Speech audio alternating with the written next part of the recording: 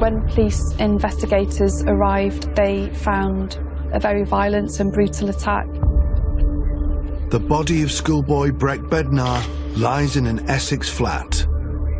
Breck is a young gamer. He's only 14 years old. He was on his back with his arms underneath him. It's a very unusual position. He was still bound by duct tape behind his back. It was unique for myself and for Essex Police, really, because of the nature of the way it was carried out. This didn't look to be a simple case of murder. He'd had his throat cut, and it was clear that Breck died in a very awful way.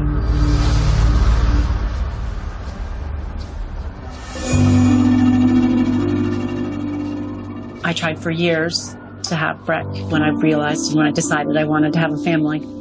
And it did take quite a long time. So when he came, I was over the moon. Breck Bednar was born in London to US citizen Lauren Lefebvre and her then husband Barry. I say he was my first love and my most important love.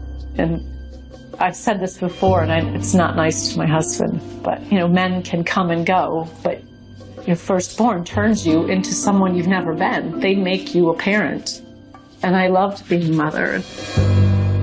Lauren, who is a teaching assistant, notices that Breck has a natural ability with anything technical. He was a clever boy, and as he grew, you could tell that he loved playing and doing with anything that he could build or make or fix. From a young age, he would, you know, if there was a remote control, I'd find him taking it apart, putting it back together, a radio, any sort of gadget. In fact, we sometimes called him Brecky Gadget, because he just would have everything, studying how it worked and how it was put together. He was smart, he was funny, he was caring, but he was also a typical older brother. He was embarrassed of me at school. He never liked to admit that I was his sister, and I would wave at him and he would be embarrassed, but he was always there for me if I needed. Right from when he was 8 to 10 years old, he could use a computer much better than I could, and I just lost ground after that and never caught up. But he just had that knack. I remember Breck playing tons of games online, and me and my siblings were just fascinated by whatever he was playing because he was always the best. He would always win. I just preferred watching. We didn't see any danger to it because we were just so impressed by how well he was playing and how much it made him happy that he was playing and that he had an audience. His passion was anything to do with computing, and those were the kind of friends that he made within school. And they invited him into a gaming group. And for me, it felt safe because I knew those boys and I knew their families. I knew where they lived. For him, it would have felt comfortable because he had known them since he was young. And that's when he started spending more time gaming online. Breck has a particular passion for a game called Battlefield 4, and he's playing it obsessively with his friends. At the beginning, I was happy that Breck was enjoying his friends from school. Because of the divorce, he had to switch schools a couple of times. And I think that's a really hard thing for a kid to do. And I was glad that he was having fun. You know, I could sort of relate to why he was enjoying, you know, the excitement of the games they were playing together.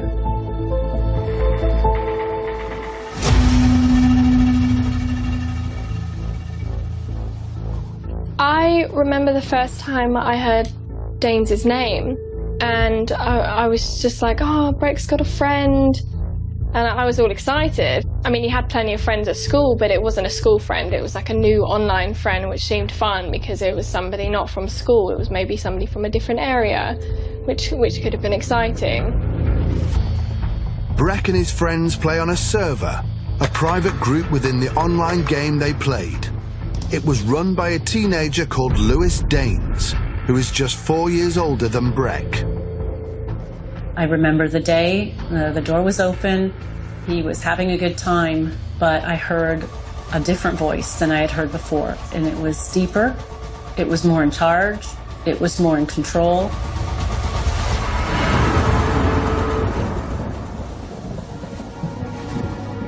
When I asked Breck about this new person who I didn't recognize, Breck wasn't worried at all. He said the other boys have been gaming with him for years. Danes impresses the younger schoolboys with stories about his life. Lewis Danes told the online gamers who formed part of the server that he ran that he was a successful software engineer who was living a high life. He told people that he fleeted between New York, in Syria, and also that he was working with the US government, and that he was working for Microsoft as well. So he very much portrayed himself as somebody who was a high flyer in the gaming world. Danes tells the boys he left school early to pursue his dreams. He's saying that, you know, you don't need to go to uni, you don't need education, look how successful I am, and I made my own way, I create my own success. Some of the boys soon begin to look up to him as their leader. I think Danes was, by all accounts, very charismatic. He was articulate, he was funny, he was friendly, which of course would make the online gamers want to interact with him and ask for his advice. When I would go into Breck's room, the door was open. He had 3 screens, and on one screen was the names of all the gamers, and then the action was in the middle, and then there were pictures of some of the gamers' live feeds. And the thing was, Danes never had his face showing.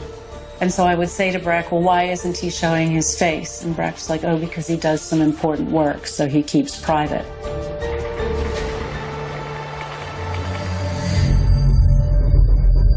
I tried to Google him.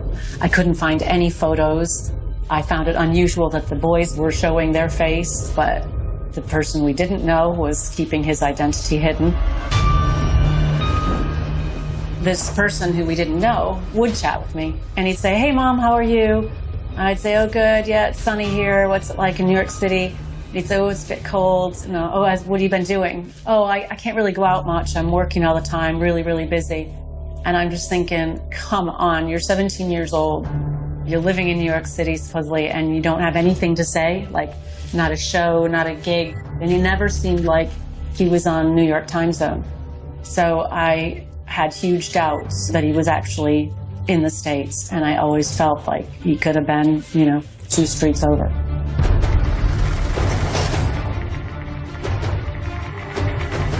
There was only one time that any of the boys saw what Danes looked like, and it was when Breck and one of his friends met Danes on a live stream in a very darkened room, and Danes barely let them see his identity, but they saw it enough to be able to tell that he was actually a teenager like them. And I think that was really a pivotal point, because at that point they thought, Breck's mom is so paranoid. He's not a creepy old guy.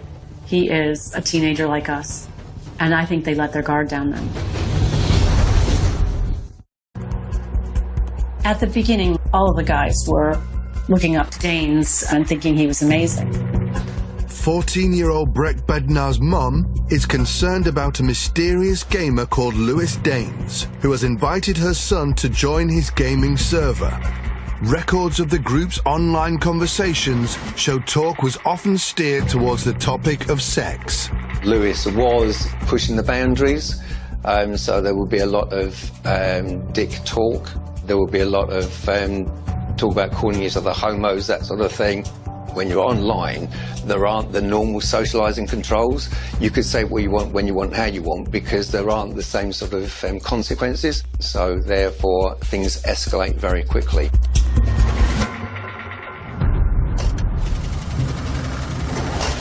The first time I kind of noticed that something was wrong or something was off was when my mum, my dad and I had gone to pick up Breck from Air Cadets.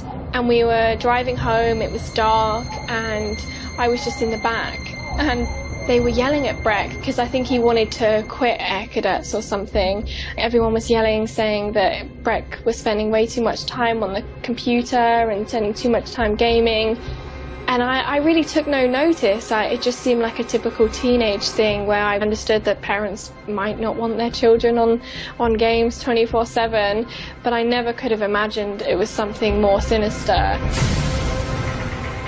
One of the things that Danes did was try to turn the boys against parents with all their rules, you know. So when Breck had joined Air Cadets because he wanted to be a pilot, and he loved it at the beginning, Danes started sort of making fun of anything that was establishment, anything that was organized, anything that you had to wear a uniform, that you had to show up at a certain time. It's no secret that a lot of teenage children want to disassociate themselves from their parents. They're joining maturity, they're going through puberty, they want some autonomy. So it's a very natural thing for a teenager to want to rebel. But what's unusual about this case is the way that it escalated.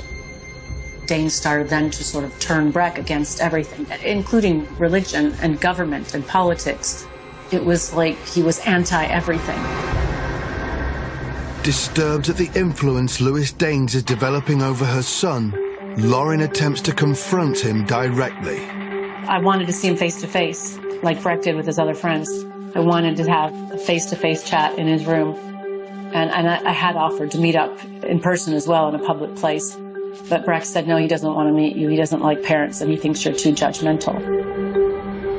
I remember my parents saying, like, why doesn't he want to meet in person if he's legit? Or why doesn't he want to meet the family?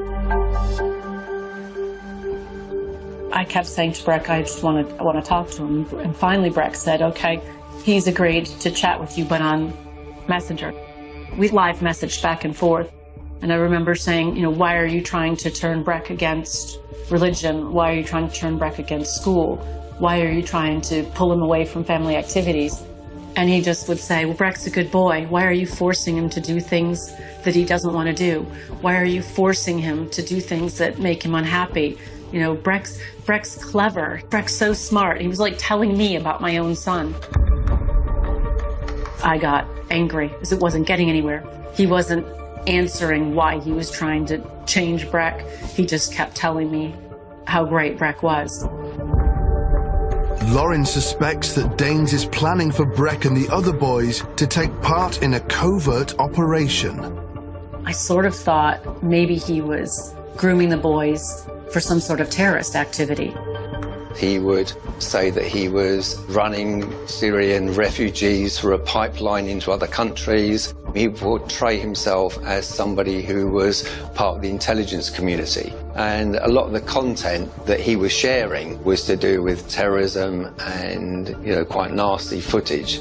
And I thought he was going to get them to do some mass hack on school or government computers, and they'd take the fall and he would get away with it. Maybe he'd put them on a big mission with real guns and get them to do something horrible. That went through my head. I sensed something was wrong. I just didn't know how to fix it.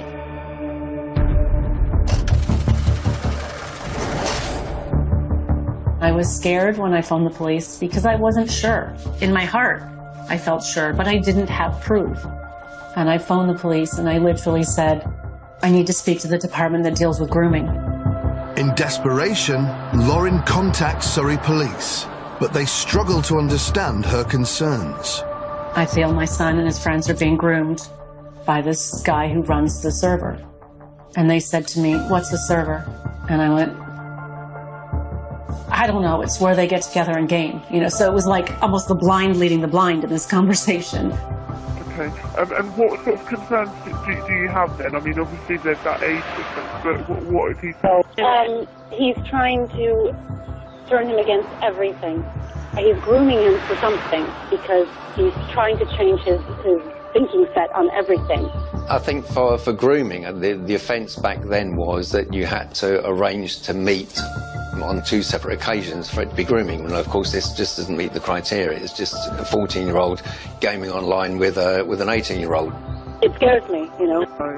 I don't know if he's trying to groom them to become part of his group. Yeah. Well, we'll do some research on this end, and you've got the reference number there if you do find anything, you know, like his contact number or anything. Basically, I was told 3 times that intelligence would be checked, that they would look into it. But the police decided not to take the case any further, and it later emerged that Dane's name was not even checked on the police national computer database.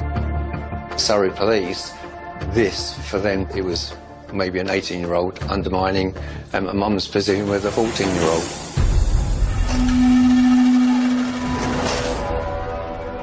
That was then when I organized a meeting with other parents, and we sat the boys down 2 days later and literally said, look, we're worried. Lauren and her ex-husband Barry outline a plan of action. They decide that an intervention is in fact needed to physically tear Breck away from the relationship with Danes. So Breck was told that he can no longer go online. His computer was going to be taken away from him.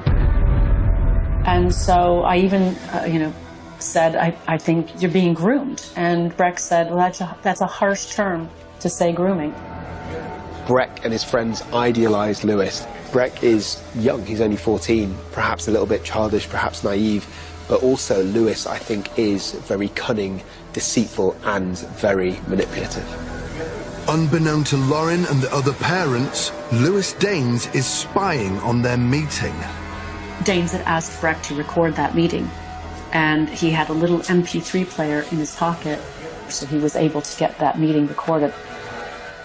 It's going to sound weird, but there's no one else who sort of I bear interest with. Not in real life, in gaming. There's not that connection where you have sort of mutual interest.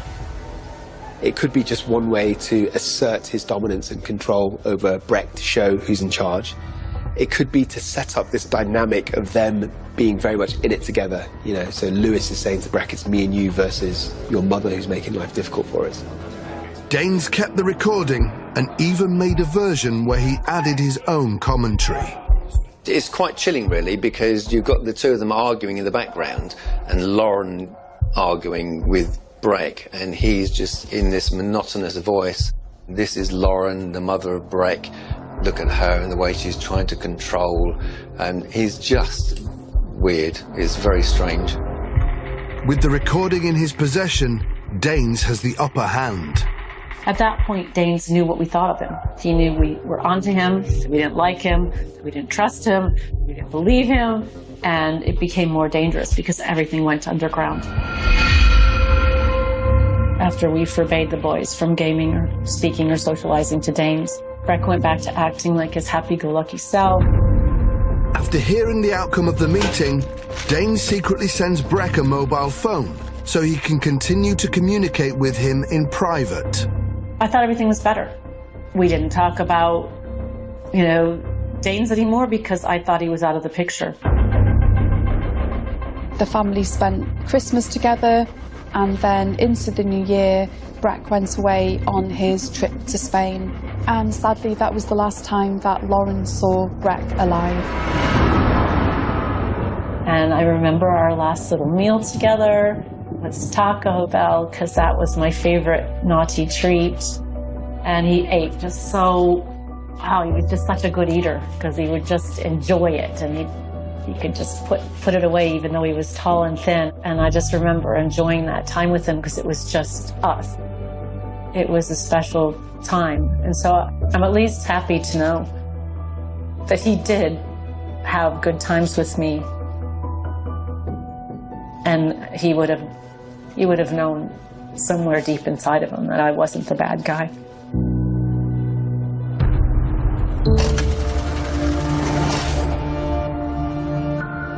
Lauren hopes the school trip to Seville in Spain will mark a fresh start for Breck. We hugged and kissed and said goodbye, and I just remember feeling so proud. And as he walked away, I thought how handsome he was.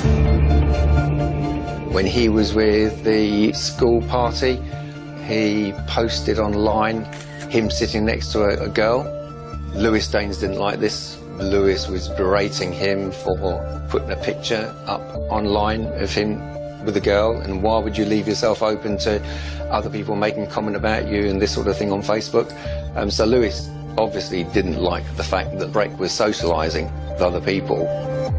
Lauren goes abroad on holiday herself, satisfied Danes no longer has a hold over Breck. He texted me when he was away on the trip, and he just said, "Oh, it's amazing here, Mom. The food and the people, we're having such a good time." And I was so pleased, because I thought, this is exactly what I want for my kids. Life experiences outside of their bedroom and the computer, you know. And I honestly, I thought everything was on track. I really did. I hate to admit how wrong I was.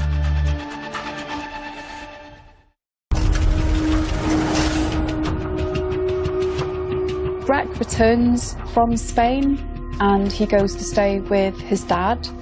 And the next day he tells his dad that he is now going off to stay the night with his friend. Breck doesn't reveal that the friend is Lewis Daines, who has ordered a cab to take Breck and his computer equipment on a 31-mile journey to his flat in Grays, Essex. Now this is moving quite quickly into a real-world interaction between Breck and the man who has been grooming him. He has this idealized, almost fictional version of what he thinks the attacker's going to be like. It's somebody that he respects, somebody that he admires, and he turns up to the house and he suddenly realizes that this is some sort of trap. Essex Police Emergency. Hi there. Okay. Hello. I need police and a forensics team to my address, please. What do you mean? What's happened? My friend and I got into an altercation, and I'm the only one who came out alive. Are you telling me you've killed somebody? Yes, I am. Right, and who am I speaking to? My name is Lewis Daines. I'm 18 years old.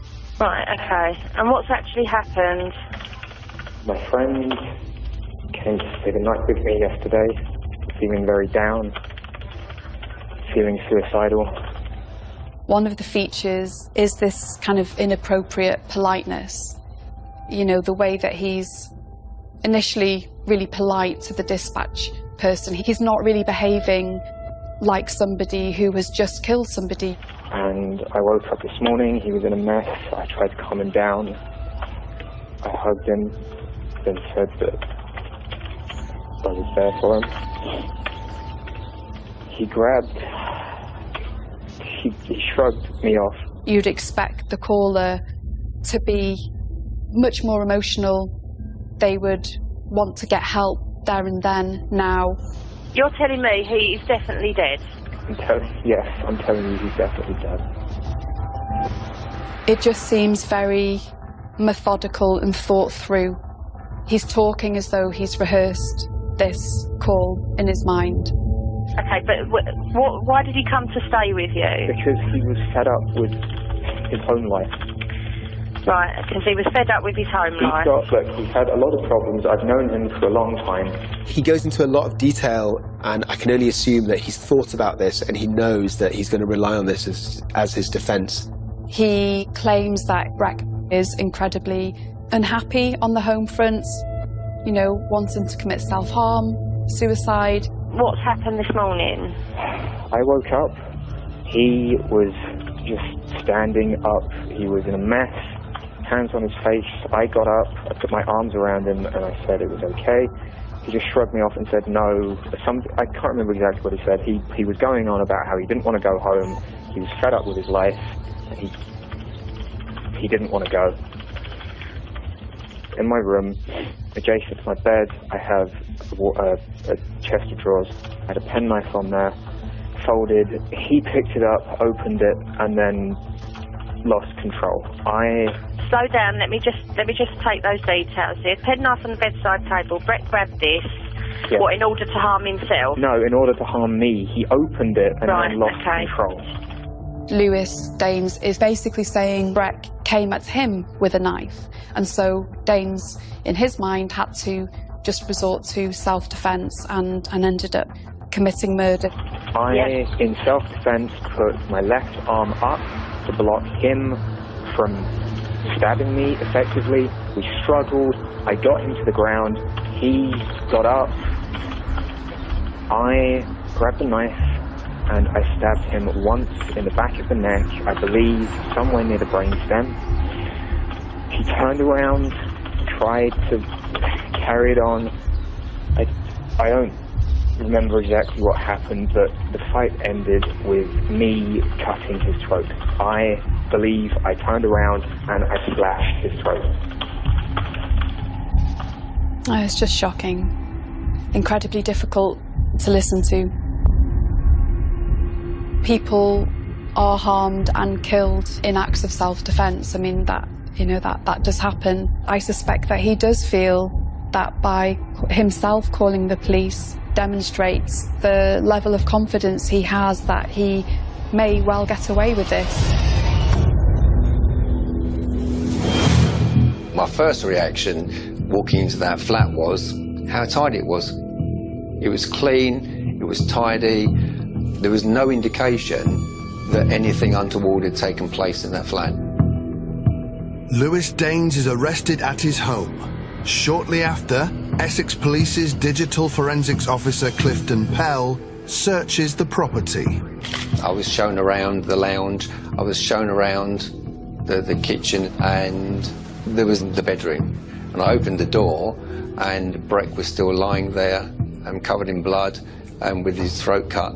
And when I looked across the bed, there was just blood all over the bed, and there was blood on the laptop as well. So, yeah, you take a deep breath and you feel really sad and really sorry for a life that's been taken. I have a very clear sequence of events that day. It's just completely stuck in my mind. So I walked home from the park and I see these two police cars outside my house, which I thought initially was strange. And all of a sudden these two lady police officers, they came up to me.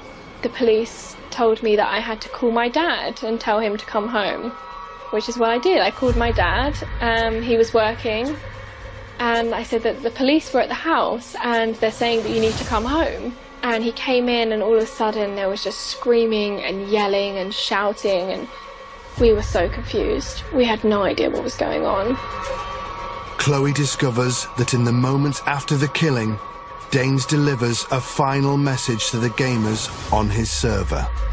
Daines had sent images of Breck's body to Breck's friends, and in turn Breck's friends communicated and messaged Breck's siblings to more or less say, if this is what's happened to Breck, we're really sorry for your loss. I just remember being in my room, just crying and like screaming, and I was just suffering alone basically. Just having to read this about my brother is just so hard to think about.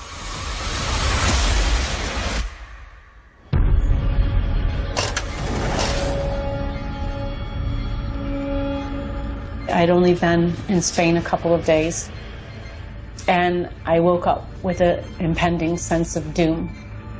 And I didn't know why. And I ran through my head, why do I feel this weird, heavy feeling? Shortly after breakfast, Lorin's phone rang.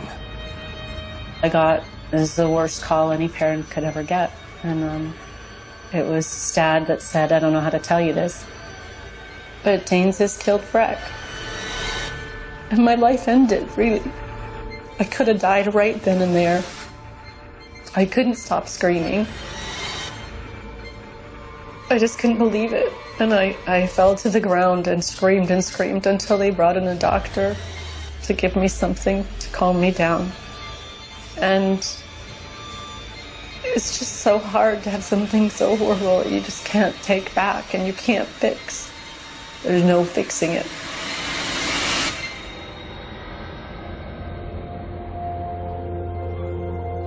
For a digital forensics analyst, the challenging thing is to make sure you don't lose evidence. And Pell faces an immediate problem. Daines had taken care to cover his tracks. In the bathroom, the sink was full of water, but there were 3 mobile phones in there, and there was 2 hard drives and also an electrical board in there. So the implication was that Lewis Daines had tried to corrupt or do something with the electronics that were actually in that sink. Pell and his team race to recover the data that Danes has attempted to destroy, while other officers look into the killer's background. It quickly became apparent that Lewis Danes wasn't the high-flying computer engineer that he was claiming to be. They find he lived with his grandparents after his mother moved abroad with a new partner. And there are reports that he was in and out of different local authority care homes. At the time of grooming Breck, Danes was unemployed, essentially living in his grandparents' flat, and was in receipt of several welfare benefits. Danes is taken into custody and interrogated by officers. He tried to blame Breck and said that Breck was upset because his parents, particularly me, was so horrible.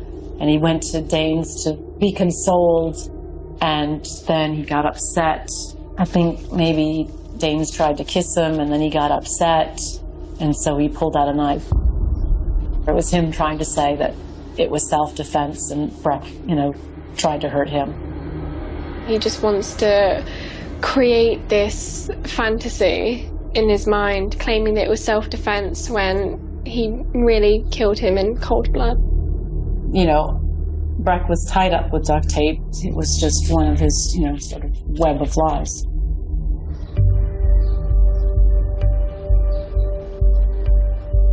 For ourselves as digital forensics officers, we are responsible for the recovery of data from digital devices and for the processing of that data and then making that available for review to investigators.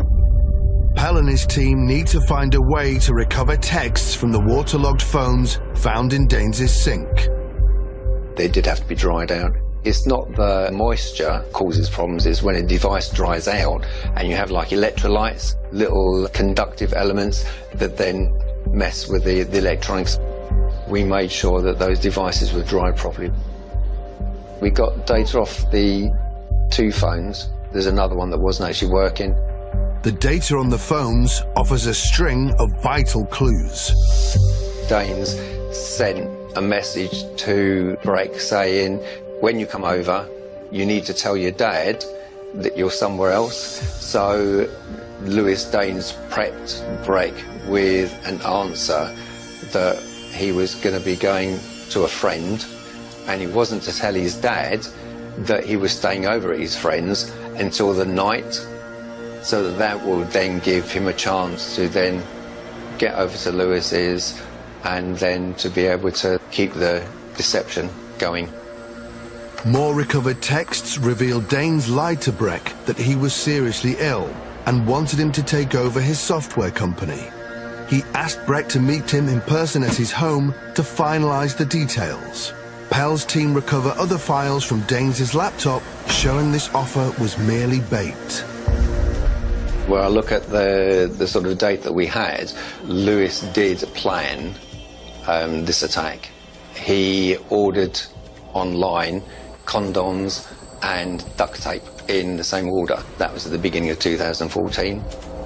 And these were discovered to have been used during the murder. Premeditation is a distinctive type of murder. It shows that the perpetrator has thought through the act that they're about to commit. It shows that they've committed to carrying out that particular violent crime. Bodily fluids found at the scene suggest the crime was a depraved sexual act. And I think for the blood, the saliva, the DNA, all those things point to the fact that it was a sexually motivated murder. And as investigators explore Dane's school days, they make another grim discovery. It came to light that as a 15-year-old boy, Danes had been accused of raping another boy. Now, this particular allegation didn't go anywhere. It didn't lead to any convictions at all. When Lauren had contacted Surrey police 3 months earlier, they had promised to investigate Danes' background. It turned out they had not even run a search on his name. I think I was pretty angry to think that Danes sexually assaulted another boy because he wasn't punished. I don't think anything happened to him. An independent police complaints commission report finds that a police national computer check should have been made into Daines's background after Lauren's call, but no checks were carried out. Surrey police admit mistakes were made and pay Breck's family compensation in 2016. From a mother's perspective, that aspect must be incredibly difficult to reconcile. There were warning signs there, there were red flags there. Breck's mother was shouting her suspicions from the rooftops, and ultimately it fell on deaf ears and serves now as a very stark reminder of the real dangers of online predators.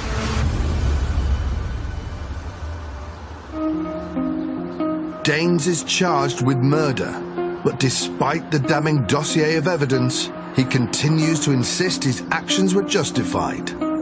I was furious. The fact that he was claiming self-defense and saying that my brother was down and depressed was just crazy to me. I was horrified to think that people might believe his story. I was nervous. I hadn't ever been to court for anything. And the first day, the jurors all came in and were chosen, and the pleas were read out, and Daines said not guilty to everything. And yeah, we didn't know what to expect. There are a number of factors why somebody like Daines would grow up to be who he was and to do what he did. Certain traumas in childhood can, go into kind of fracturing somebody's identity and personality to an extent that they can themselves carry out harmful acts against other people. And even from behind bars, Lauren believes Daines's threat to her family hasn't gone away.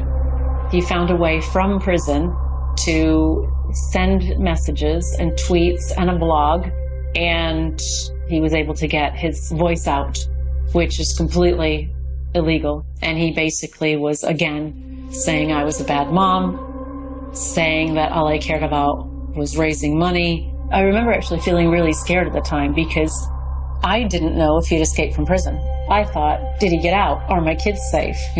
Is he out and looking for the rest of my family? And her fears are heightened when Lauren's daughter Chloe receives a series of Snapchat messages. I don't know if it was Lewis. I don't know if it was a random person. He knew the exact location of the grave where Breck was buried. He knew too many details that I feel like wasn't on the news. And he said that Breck was very sexy before he died, and he sent him nudes and asked if I wanted to see them. And then he wanted to speak to my mum as well. He was like, is Lauren there? And it was horrific. How devastating it must be for Breck's family is re-traumatizing. So they've already gone through his horrific murder and that loss. And then to be goaded from prison.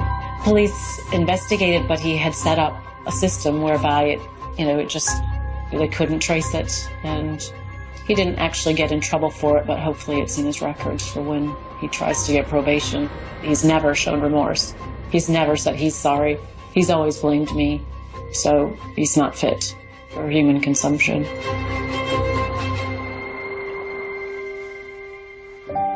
I like to remember Breck as being the older figure of the siblings, the protector of us three.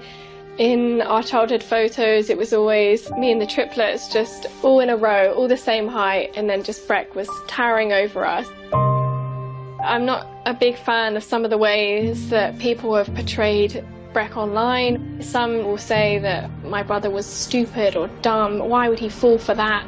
What an idiot for going there and believing those lies when there's just such a simple explanation. He was groomed. It goes to show that even the smartest person can just be completely groomed into believing such ridiculous lies. I have a theory that a lot of bad things that happen in the world are because of jealousy. And I definitely feel that Daines was jealous of Breck. He knew what he wanted to be. He wanted to be a pilot. He wanted to work in technology. He was focused. He was innately good and handsome and clever and funny. And, you know, I adored that kid. Tonight, the relationship some people say sounds like a real-life Silence of the Lambs. Missing women, a terrifying suspect, and the detective who risks her life to solve the case. An all-new 2020 starts right now.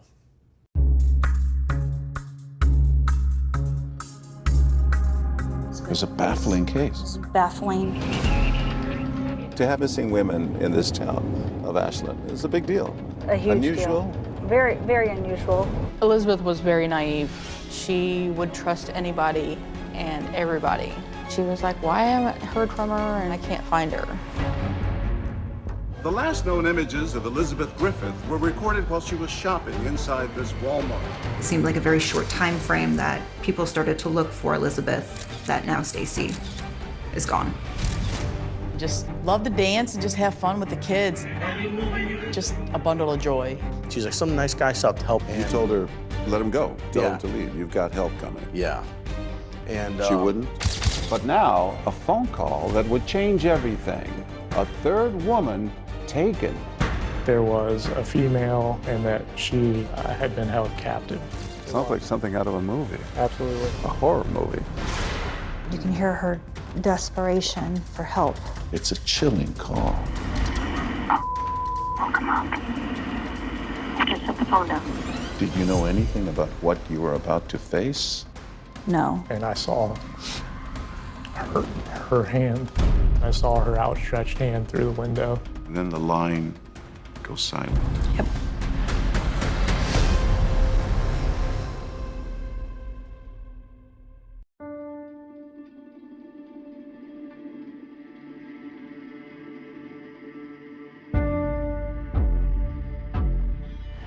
What is the address to your emergency? 4th Street, Laundromat. What's the problem? I've been abducted. It's 6:48 a.m. in September 2016. Emergency dispatchers receive a 911 call from a terrified woman. She's whispering that she's being held at a house near the laundromat and that her captor is asleep at her side. Is he in the same room with you? Yes. Does he have a weapon? He's got a taser. Is there any way you can get out of the building? I don't know without waking him, and I'm scared. His bedroom is closed, and he made it so it would make noise. And we have officers for sending.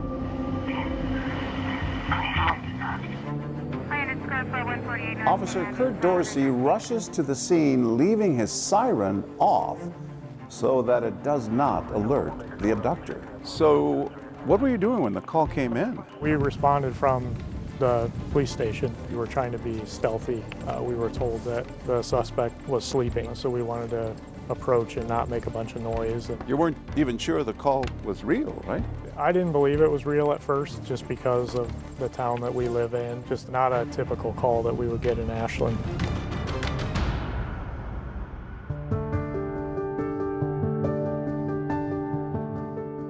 Ashland, Ohio. It's a small city between Columbus and Cleveland, home to more than 50 churches and a large Amish community. Ashland is a quiet, rural community. There's about 20,000 people who live there. It has a university, a lot of farm field. So this is Ashland. What can you tell me about the town? Well, as you can see, it's rolling hills, scenic. A lot of community stuff going on. Football games. The county fair. A lot of farm animals, a lot of competitions and shows for kids to get involved with. Typical small town where everyone knows everyone, right? Yes, exactly. Kim Major has had 23 years of service as a detective in Ashland. I handled violent crime and I handled sex offenses and child abuse. I'm over 1,000 of those cases. 1,000? Yeah. At the time of that terrifying 911 call, the community is already on edge. Just a week before, police discovered that a woman in town had simply vanished. Well, there was a missing person named Elizabeth Griffith. Yes. Elizabeth was known in our town. I had had contact with her. I think we all had. A lot of the officers would have an eye on her. She was kind of a vulnerable person, and we helped her quite a bit as a police division. She used to call them quite frequently. She would call them about anything and everything. Just like, I heard it's going to snow today. Is there any chance that the roads will be closed? She was definitely a character. Facing mental health challenges, 29-year-old Elizabeth Griffith attended meetings at a peer support center called LifeWorks. Elizabeth was very bubbly and energetic. The first time I met Elizabeth was at LifeWorks, and she was coming down the hallway and I was coming opposite of her. And she was like, "Hey, you're new here." And I was like, "Yeah?" And she was like, "You want to be my friend?" And I was like, "Sure, let's be friends." She was embraced not just by LifeWorks, but also by her church family. Elizabeth was a really sweet girl, a simple person. She liked to make people laugh. She liked to sing. She loved to worship. She would raise her hand the highest during worship. Even though she was tone deaf, she'd sing louder than anyone else. She was very much with the heart of a child. It was a little harder for her to grasp some things sometimes. She was a very loving person and a very loyal person. Certainly financial challenges, certainly medical challenges, mental health challenges. She lived on her own in her own apartment. She did have a case manager that kind of helped her with daily life struggles. She was always introducing herself to everybody, very outgoing. The community knew Elizabeth, and she was one of ours, and she was taken care of. But then Elizabeth's support team realizes no one has seen her in weeks. We were at LifeWorks and the phone rang, and it was Elizabeth's case manager. And she had asked if we had seen Elizabeth lately. She was like, "I can't find her." So I called her cell phone and it just went straight to voicemail, which was highly unlikely for Elizabeth. I was like, something's not right. I was concerned because where would she have gone? What could have happened? She wasn't the type of person that would go missing, so we sort of knew something was wrong there. This is an area where I would often see Elizabeth Griffith walking, and just days before her disappearance, I stopped and chatted with her right up here. It was a baffling case. It was baffling. We didn't know if she had taken off or did she meet somebody online and leave. We didn't know if it was suicide. We didn't know where she was. Everybody was taking to social media, posting pictures of her. Everyone was looking for her. Everybody was praying for her. Police began to investigate, speaking to Elizabeth's neighbors and friends and tracing her last known steps. I began talking with some of the public transit drivers because she would often use public transportation. Before she disappeared, records showed that Elizabeth had taken the bus to go shopping. The last known images of Elizabeth Griffith were recorded while she was shopping inside this Walmart. There's video of her going through the aisles and then waiting for the bus. She disappeared shortly thereafter, and she wouldn't be the only one. It turns out there's another missing woman in Ashland. I said, "All right, Mom, I love you. I'll talk to you tomorrow." And that was the last we ever heard from her.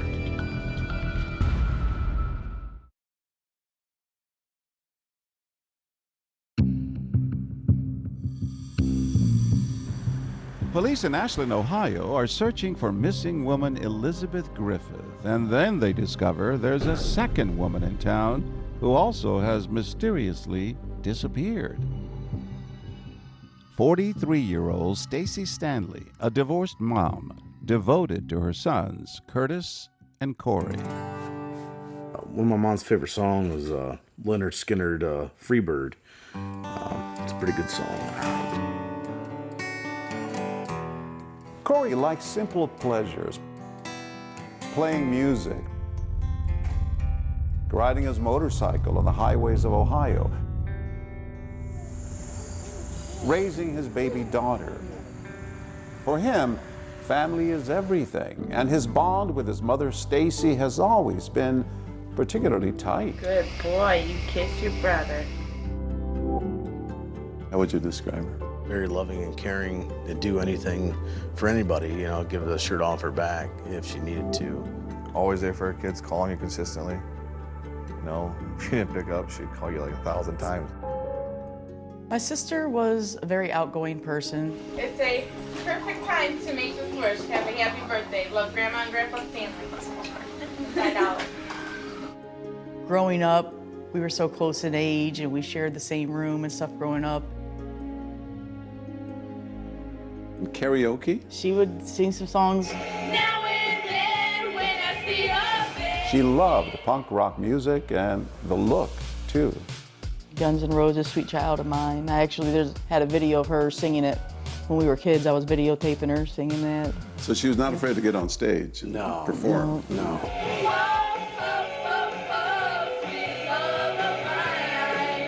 Even as adults, you were pretty close. Yeah, I'd come home from work and she'd have big bunches of food made up, and I was like, oh, wow. I hear she was a great cook. Yeah, I mean, we didn't get look like this over nothing, you know. She fed you well, huh? Yes, sir. Absolutely. And Stacy was a new grandmother to Curtis's 3-year-old daughter. She was a great grandmother. She was spoiled the hell out of her for sure. Just love to dance and just have fun with the kids. Just a bundle of joy. Stacy lived in Greenwich, Ohio, 30 minutes from Ashland. Stacy was not from our county. She was from a county that butts up to our county, and she had visited Ashland. It was September 8th, 2016, when she takes a fateful drive to Ashland to run some errands. She went to Walmart to get some gardening supplies because she loved doing her gardening, and she also went to get her nails done. And then after that, she was getting some gas and to come back home. It's around 8:30 at night when Stacy calls her son Corey from this gas station. She's stranded here with a flat tire and needs help. She was like freaking out, and I said, well, just calm down, we'll find somebody to help you. Were you worried? Oh, not necessarily out the rip. It's just a flat tire, you're thinking? Just a flat tire, yeah. They're able to find a family friend to meet Stacy at the gas station, but it turns out a stranger has also shown up to help. She's like, some nice guy stopped to help. I had then told her to tell him to kick rocks. We got somebody coming to help you. And she wouldn't? Well, she's like, oh, he's a nice guy, just stopped to help. And so my mom, the person she was friendly and talked to people. This guy takes over and he changes the tire. She offers him a ride home. And I said, all right, Mom. Well, I said, call me in the morning. She's like, okay, I love you. I'll talk to you tomorrow. I said, all right, love you too, Mom. But the next day, Corey and Curtis don't receive the usual flurry of calls from their mom. And then I talked to my aunt, and I'm like, hey, Mom's not picking up. I don't know what's going on. We ended up breaking into her house to get in, and she had 2 little dogs. She loved them little dogs, little chihuahuas. Her dogs were still in their kennel, so we knew something was going on. The Huron County Sheriffs had put out a bolo, be on the lookout for her vehicle. We went driving the roads looking for her. In case she might have had an accident, was down in a ravine or a ditch or anything. We went looking, driving the routes from Ashland back to Greenwich. Within hours, Stacy's family spreads out across the streets of Ashland, trying to find any trace of her. We went down to the gas station, the BP, where she was last seen.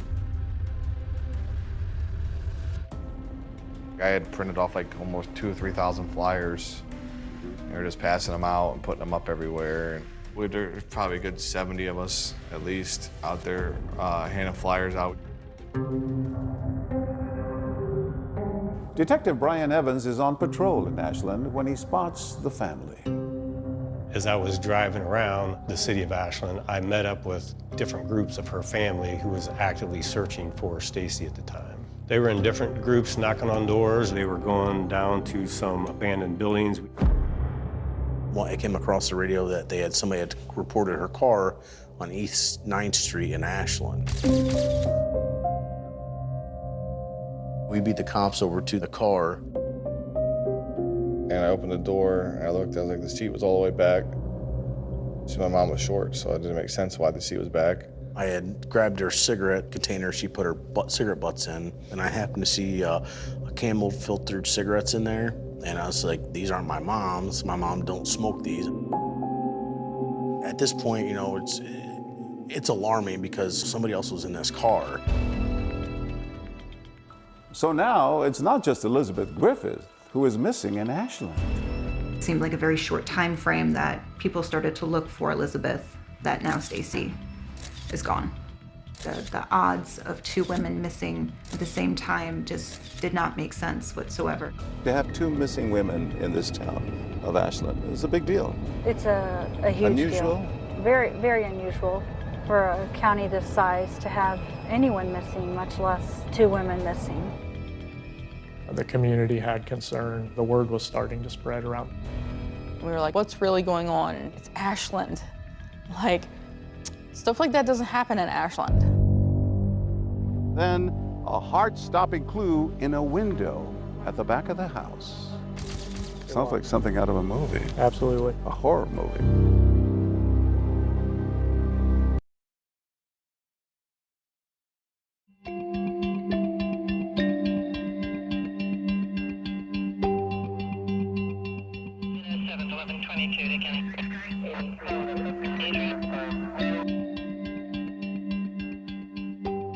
I'm a 911 dispatcher, Ashland Police Department. I've been a dispatcher for 26 years.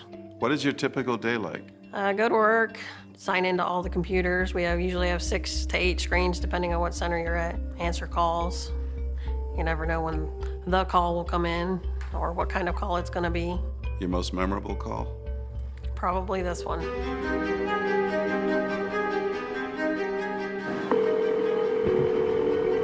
911, what is the address to your emergency? September 13th, 2016. 6:48 a.m. Yep, end of my shift. By September 13, 2016, Elizabeth Griffith had not been seen for a month. Stacy Stanley for 5 days. You're working the dispatch and you get that call. At first I couldn't hear her. It was real quiet. She was whispering. What's the problem? I've been ghosted. She says, I've been abducted. Yes. Your reaction? My reaction was to find out where she was at first, to get her out of there. 20 West 81st Street. The dispatcher had told us that there was a female and that she had been held captive somewhere near a laundromat. So we immediately start to drive towards the area of the call. Where's she at now? Where's she sleeping at? In the bedroom. I asked her more questions, trying to get as much as I could before he woke up. You have to be calm, but there's an urgency. Yes. The woman says she's calling from her abductor's phone. He had fallen asleep at some point, and she was able to secure this phone. You couldn't trace the call back then? Couldn't trace the call. This was a flip phone. It was not coming back to a location. Do you need an ambulance? Are you bleeding from anywhere? Not anymore. Where were you bleeding from? You don't have to talk if you don't need to, okay? Why couldn't she get out on her own? Well, he had taken the doorknobs off, apparently. As Officer Dorsey heads to the scene, there's a problem. How to find her? The caller does not know her exact address, but she tells 911 she's being held captive in a house next to this laundromat. The problem for police is that there are 2 very similar houses in this area. There were 2 houses right here? Yes. 2 identical houses. And you didn't know which one? No, they were nearly identical, both the same color, same shape, 2-story. We had no idea which one.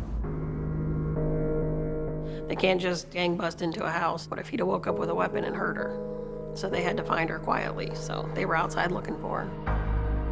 So how do you approach the house knowing that the captor is asleep? So we first started to just look in windows to see if we could see anything. Just check different doors to see if we can pinpoint which house she's in.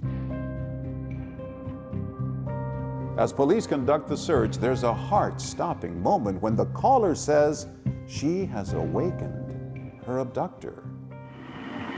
Oh, come on. Just set the phone down.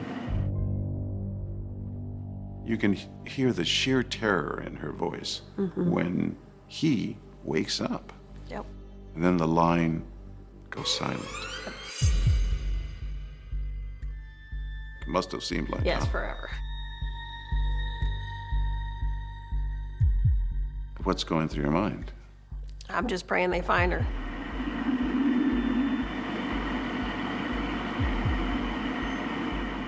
Five agonizing minutes later, she's back. Yep. Are you still there? Do you hear any officers outside? Okay, they're in the area.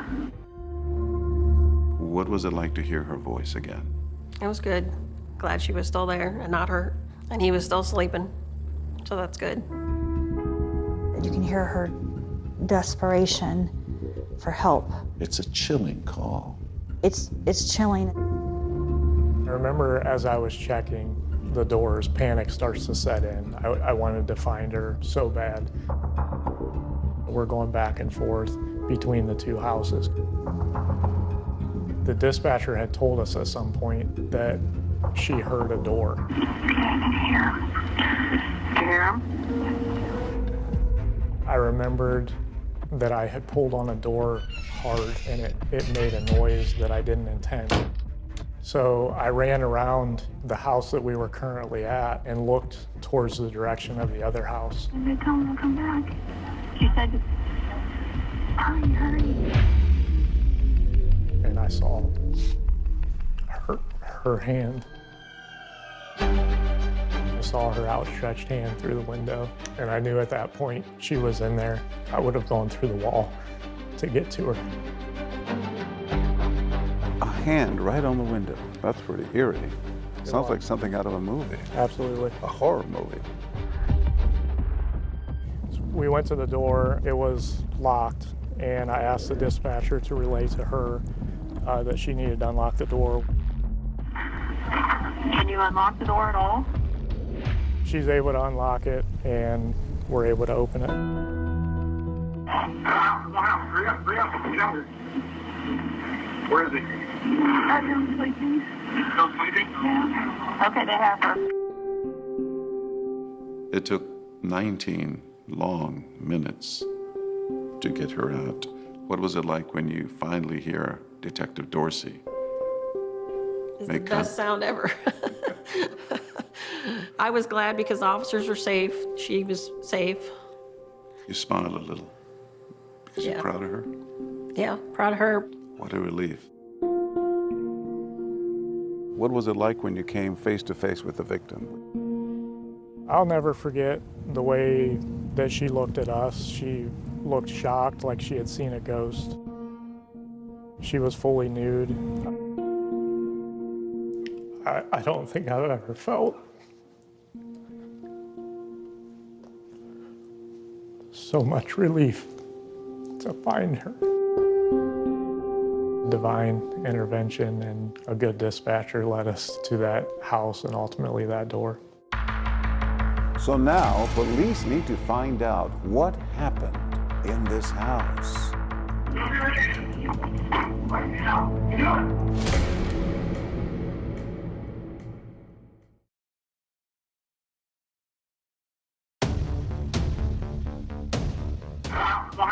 Hurry up, get out here. Where is he? I'm sleeping. Still sleeping? Yeah. Okay, they have her. With the terrified 911 caller safely in their custody, police turned their attention to her abductor, a 40-year-old man identified as Sean Great. The dramatic moment when he's apprehended is heard on that open line from the 911 call. Once we got Mr. Great into custody, he was handcuffed. He ended up in my car. So I began interviewing Mr. Great. And how do you know her again? We spend a lot of time lately together. We go eat lunch every day. The victim, a 36-year-old woman, police identify as Jane Doe to protect her privacy. It's transported to the Ashland Police Department. Police are desperate for information. No easy task, as the woman was traumatized and still in shock. But Ashland police have a secret weapon. Enter Detective Kim Major.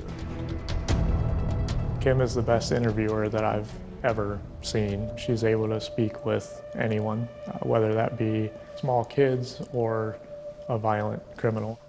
I was the only female detective for the majority of my career. Is that good? Is that good? Major balanced the demands of detective work with the responsibilities of being a mother to 3.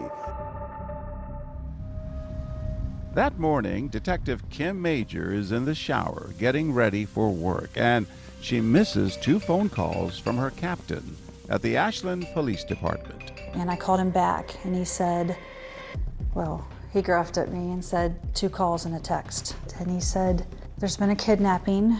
We've rescued the woman, and I need you to come in and interview her. You come to the station, and what happens? The victim was taken into my office at the end of this hallway, and that's where I spoke with her. She had been tortured emotionally and physically. Yes, she had. So I bring her into my office. The effects of the woman's harrowing ordeal were immediately apparent. The first thing I noticed is her appearance, of course. I could see that she had been victimized. The second thing I noticed was that I could smell the scent of her perpetrator. It's testosterone. You could smell him. I could. What did you learn about Jane? I learned that she had met Sean Great. She eats her noon meal at what we call the Croc Center. They provide free meals at noon. Jane Doe would eat there sometimes, and that's where she met Sean Great. He was tall like my brother, my older brother, and he's kind of goofy, but he struck me as kind. Like when I would run into him at lunch, and if neither one of us was doing anything, we'd just walk around Ashland. This is a woman so strong in her Christian faith that no man's phone number is in her phone, not one. No man crosses the threshold of her door. He let me know that he would be interested in more, but I told him that I wasn't interested in, in beyond friends. Kim was speaking with Jane Doe, and our captain at the time, Captain Lay, was speaking with Sean Great in the interview room. David Lay, you are Sean. Sean. Great. At the same time Jane Doe and Sean Great were being interviewed at the station, Detective Brian Evans was part of a team sent back to search the house where Jane had been held captive. We went upstairs.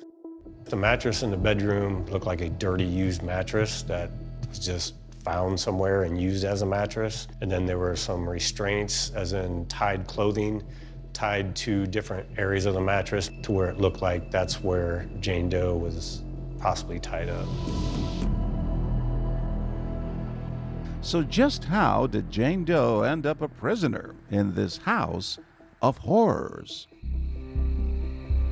The pair had been out for one of their regular walks and ended up at the house where Sean Great had been staying. He told her that he had some clothes for her. She also had bagged up some food for him. And she said it was against her better judgment to walk through the door because it's unlike her. But she did. He just started showing me the clothes, and I remember him asking if I had an extra Bible because he didn't have one, so I got him one. So she sat down to read the Bible, and as she's reading, he began to pace. And then he charged towards her, grabbed the Bible from her hands, ripped it from her hands.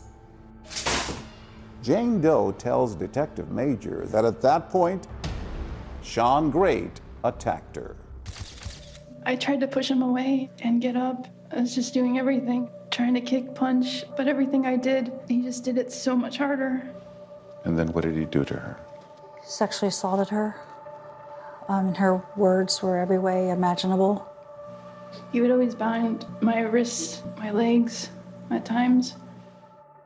The details were horrifying, but the interview takes a sudden turn when Jane Doe mentions the name of Elizabeth Griffith, one of two missing women police had been searching for. She lived in the building next to me.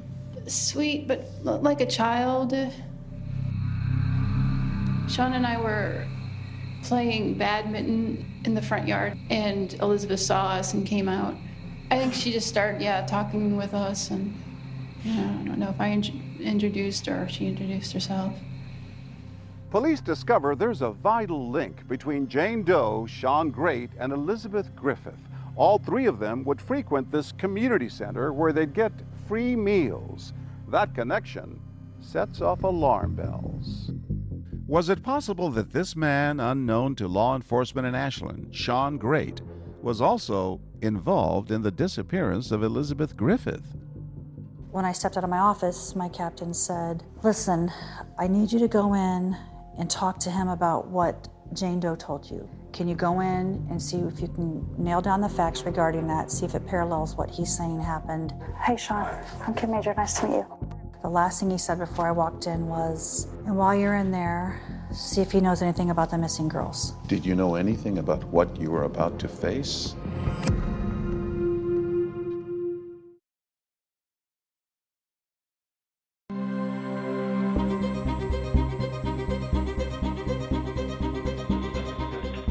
What do you do?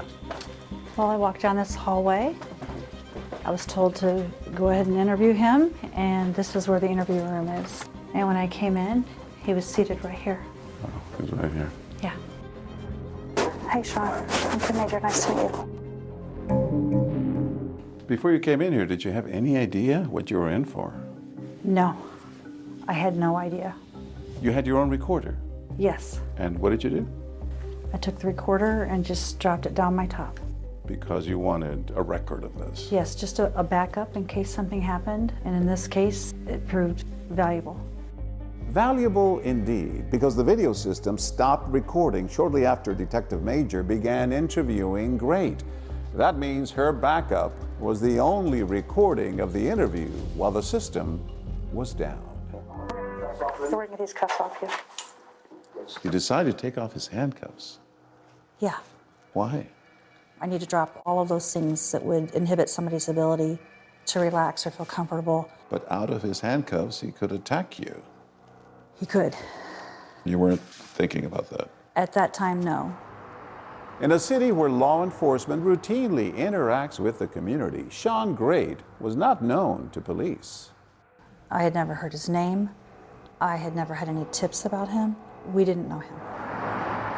Sean Great had grown up in Marion, Ohio. That's about an hour from Ashland. He was a good-looking kid, charming. With Sean Great, people talk about his eyes, they're piercing blue eyes.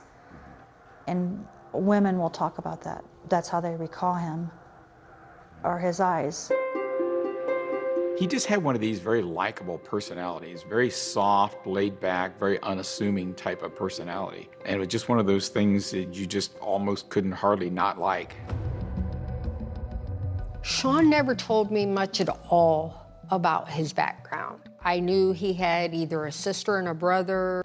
I had never met his dad. He told me his mom abandoned him. He absolutely hated his mother. Christina Hildreth dated Sean Great for 5 years. I think before we moved in together, he had worked at, it was a motel, Super 8 or something in Marion, and he might have worked there a couple of weeks. That was about it. Other than that, I've never known him to have a job. While unknown to police in Ashland, Sean Great had become a familiar face at the Croc Center. He would just come to our hot meal and just kind of integrated himself into the community meal and the community that attended and started making friends. I'd see him around town, walking and talking with people, and he just really kind of absorbed what we had. What did he say about Jane? At first, he tried to present it as if she wanted him, like they were in a relationship, that she wanted the sexual piece of this. That was one of the reasons why she said she wanted to marry me, because she was horny that day. Eventually, as we peel that away, you realize she didn't want this. Just as empathy had helped in speaking to Jane Doe, Major was using a similar approach, hoping to gain Great's trust. And slowly, he begins to open up, sharing details about his childhood.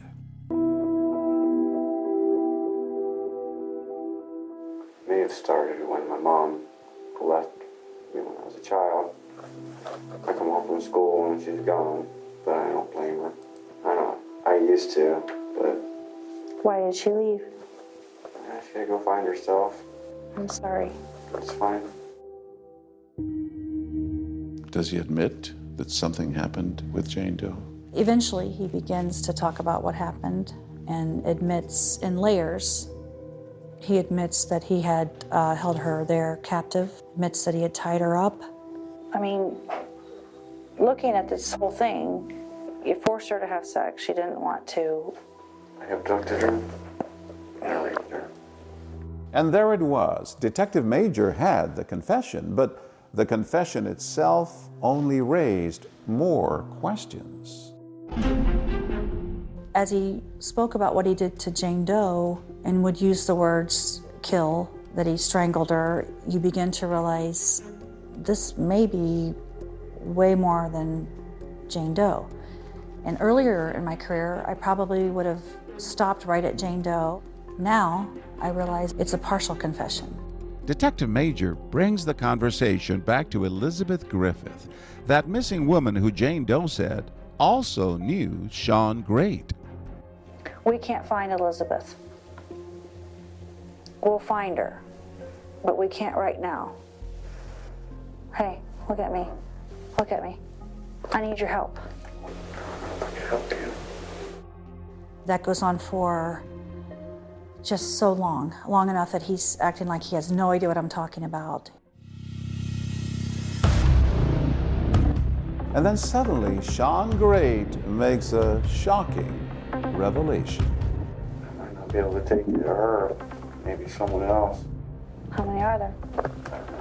How much you say many? Now, detectives knew Elizabeth Griffith and Stacy Stanley were missing, but now Sean Great seems to be talking about even more women. I guess I'm ready to go ahead and get my lethal injection, but I'll tell you everything first. Then things take a bizarre and frightening turn. I'm thinking, this is not good. At what point do you realize I might be dealing with a serial killer?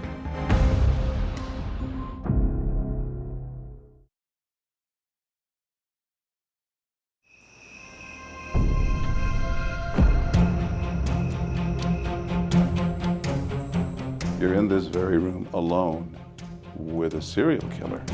The magnitude was becoming clearer to me.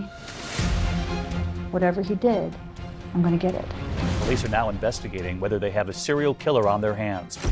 Are there any other girls in the house right now? He had cut a slit into the back of the couch, and he was crawling in and out of the couch, and he would come out at night. He says, meet the other me. I just froze. The first thing that hit my mind is a monster. You don't normally have a killer show you how he did it. He said, I'll just do it on you. Kind of grinned. I'd get up behind him like this.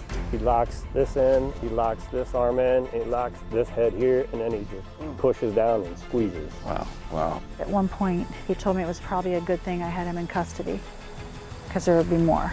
We knew that she was relatively young. She had perfect teeth. We had somebody that had confessed to her murder. A fellow inmate tells you that Sean Great, that he wants to kill you? No, that desire. I'm feeling it now.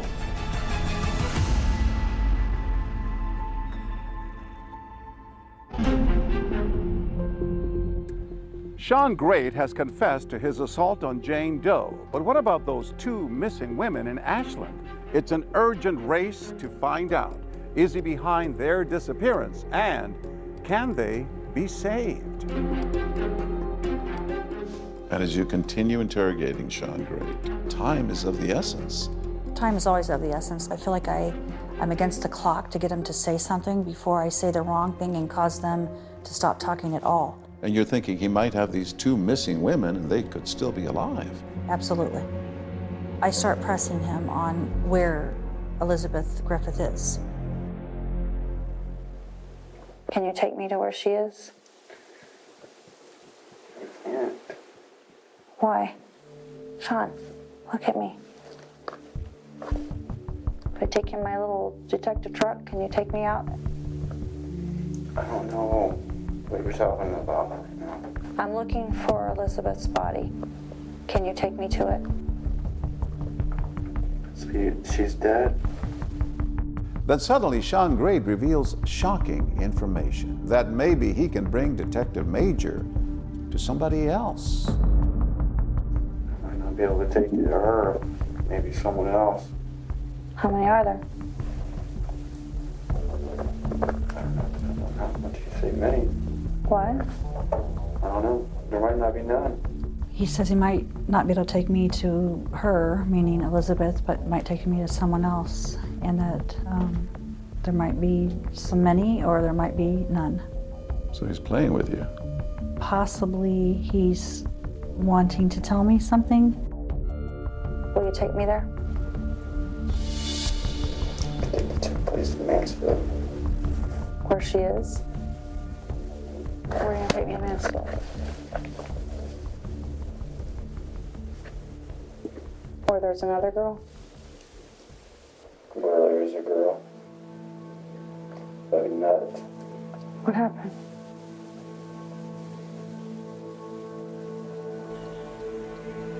Is she gone? She's been gone. Is she in a house? What is she in? What? All right, what's her name?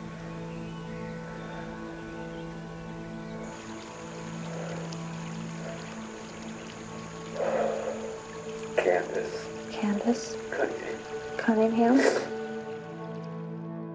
He tells you there's someone else and that woman is Candace Cunningham. Yes. Did you know who she was? I did not know Candace. Candace hadn't been reported missing. As our colleagues watching in the other room start looking for information on Candace Cunningham, Detective Major continues to question Sean for more information. After all, the two missing women in Ashland are still unaccounted for. As I watched the interview, I could see that Sean was warming up to Kim. He was telling her more. Her methods were working. What was it about you that he connected with, felt comfortable with? He told me that I had empathy, that he could see it. Who else? The house. Where I came from. Yeah? Is somebody in there?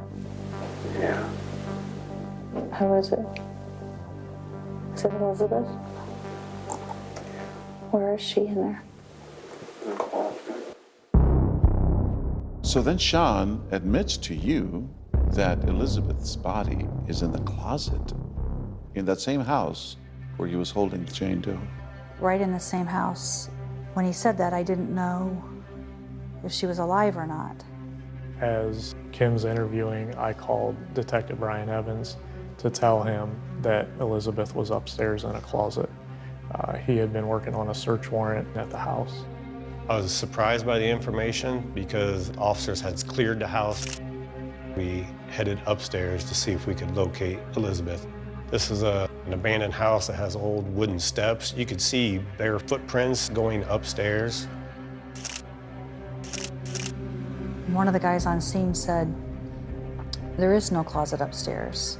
That detective went directly to a particular room and looked up and realized there was a concealed closet. There was a bunch of clothing just all over this closet. There were stuffed animals piled down below. As we started pulling away the clothes, you could see the fly activity, and there was an electrical tape that was taped up around the sides of the door to like help from the smell to come from the door. And once the doors opened, there was another large pile of clothing. You could see the fly activity again all over the clothing. Elizabeth's body was underneath all this. Yes, it was. What goes through your mind at that point? Well, that it was a tragedy, and once the clothes were removed, her body, she was actually kind of like face down and hog-tied back. Chilling. Yes, it was very sad. Sean tells Detective Major that the night of Elizabeth's murder all began when he says she called him late at night because she couldn't sleep. She came over about 11 o'clock when she brought over Yossi, late Yossi. It just happened that the truck just reached up, just choked her. We just didn't think it was possible. It couldn't have been Elizabeth. It just couldn't have been. And then we found out it was. And we just sobbed and sobbed because it had come to a conclusion that we were not going to see our friend again.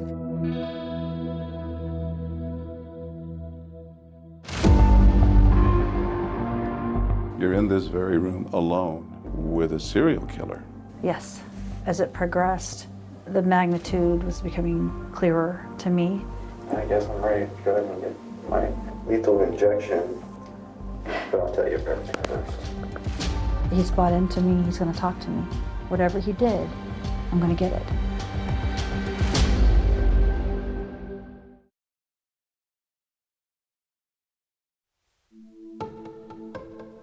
Sean Great has confessed to the kidnapping and rape of Jane Doe, the murder of Elizabeth Griffith, and knowledge of the disappearance of Candace Cunningham. But Stacy Stanley is still missing, and Detective Major has a hunch he knows more about her as well. As the hours tick by in this very same room, Yes, you got more and more out of him. that's right. It just kept coming out in layers, a little bit more and a little bit more. Are there any other girls in the house right now? Yeah? One down in the basement. Down in the basement? What's her name? Stacy. He tells me that Stacy Stanley was in the basement of the home under a pile of trash. Now remember, Stacy was that missing woman whose family had been searching for her after she was seen with a stranger changing her tire at that BP gas station. Sean says he was that stranger, and he tells Detective Major his version of what happened that night. She came home with me. We kind of hit it off pretty good. And we didn't. We saw her fast. I just snapped on her. The mood at the police division was shock. It was just chaotic and pretty unreal. Then you get another disturbing call. There's another body in the basement. Yes, if you go down the basement, there's space behind the stairwell. There was multiple bags of trash stacked up, and underneath the trash is where Stacy was. There was actually a picture of just her hand kind of sticking out of the trash, like eerily saying like, I'm here. Have you ever seen anything like this in all your years of police work? No, I've been on other homicides and other tragic cases, but not to this magnitude, no.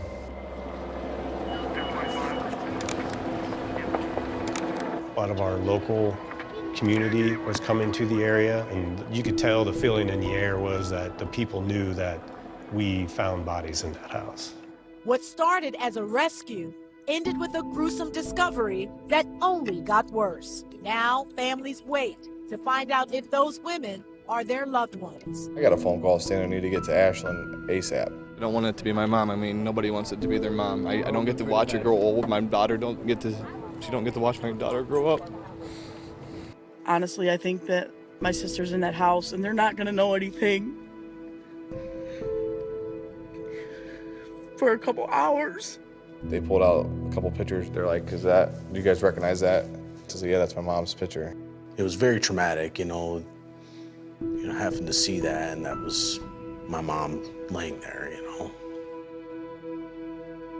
It's bad enough what he did, but for some reason, thinking that he put her under trash. Makes it worse. It still touches you. It does. For me, the day that cases don't impact me would be the day that I need to pack it in. You want it to touch you. You want to feel I want it to touch me. I mean, I don't want to be in an interview and lose control, but these ladies mattered. But Detective Major had to put aside her emotions. Sean Great had confessed to a third woman named Candace Cunningham. Candace was a little, tiny, vibrant woman, lived in the next county over, Richland County. Candace had not been reported missing, and Candace had dated Sean Great. On her Facebook page, Candace posts about Sean Great, including this picture, and later writing, "I am back with Sean and love him." It was just 1 month before her murder. In the interrogation room, Sean describes strangling her in an abandoned house after an alleged altercation. 3 o'clock in the morning, I hit my face with a bag of tobacco. I just snapped. After I was done interviewing him, which went all day, I had asked him if he would take me to where Candace's body was. What's going through your mind? I was hoping that he wouldn't shut down from just having the emotions of going back to that place.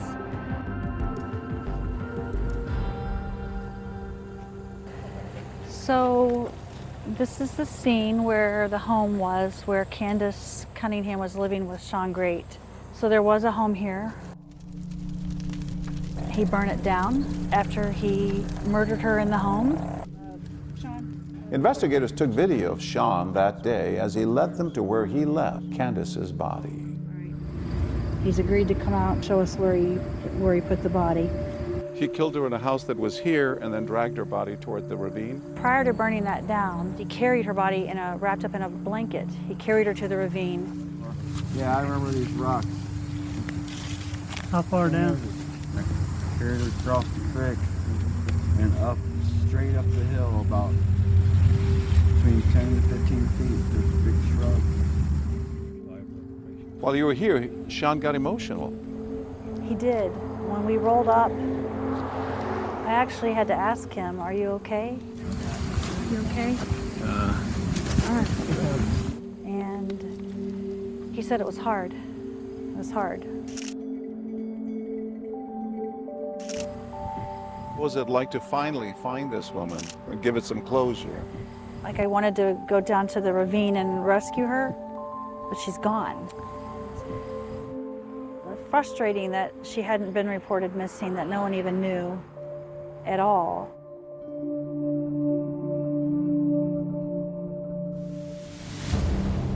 As the investigation continues, Sean performs another show and tell. I just lost it. And then I just turned her around. Revealing more deadly secrets. During the interrogation, you asked Sean to show you his strangulation technique. He said, "I'll just do it on you." Kind of grinned.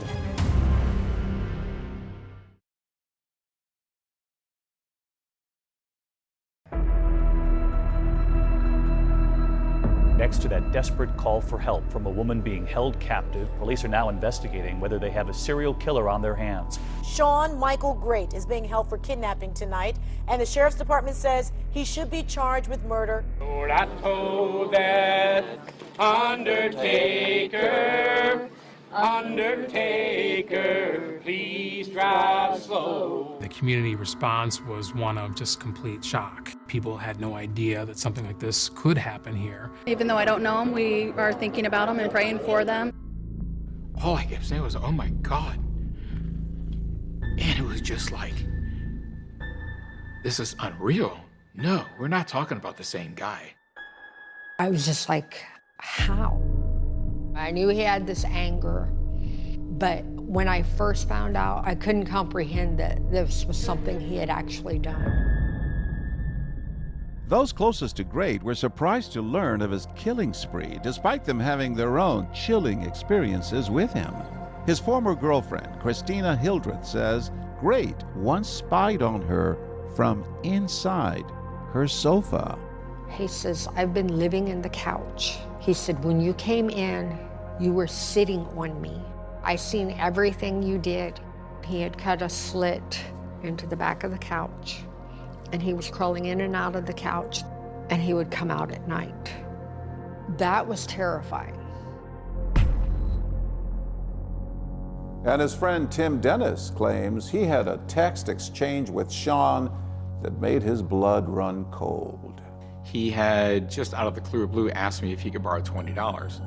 And I told him no. All of a sudden, here's this whole slew of scathing messages. And he told me, bed bugs are coming to your house, roaches are coming. And then he makes this statement.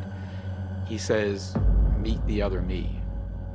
Honestly, I just froze. The first thing that hit my mind is a monster.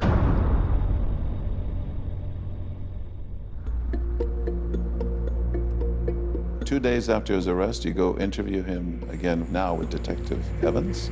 Yes, I did. I asked him if there was anything else he wanted to get off his chest. Anything else you thought about that you haven't talked about? What's that?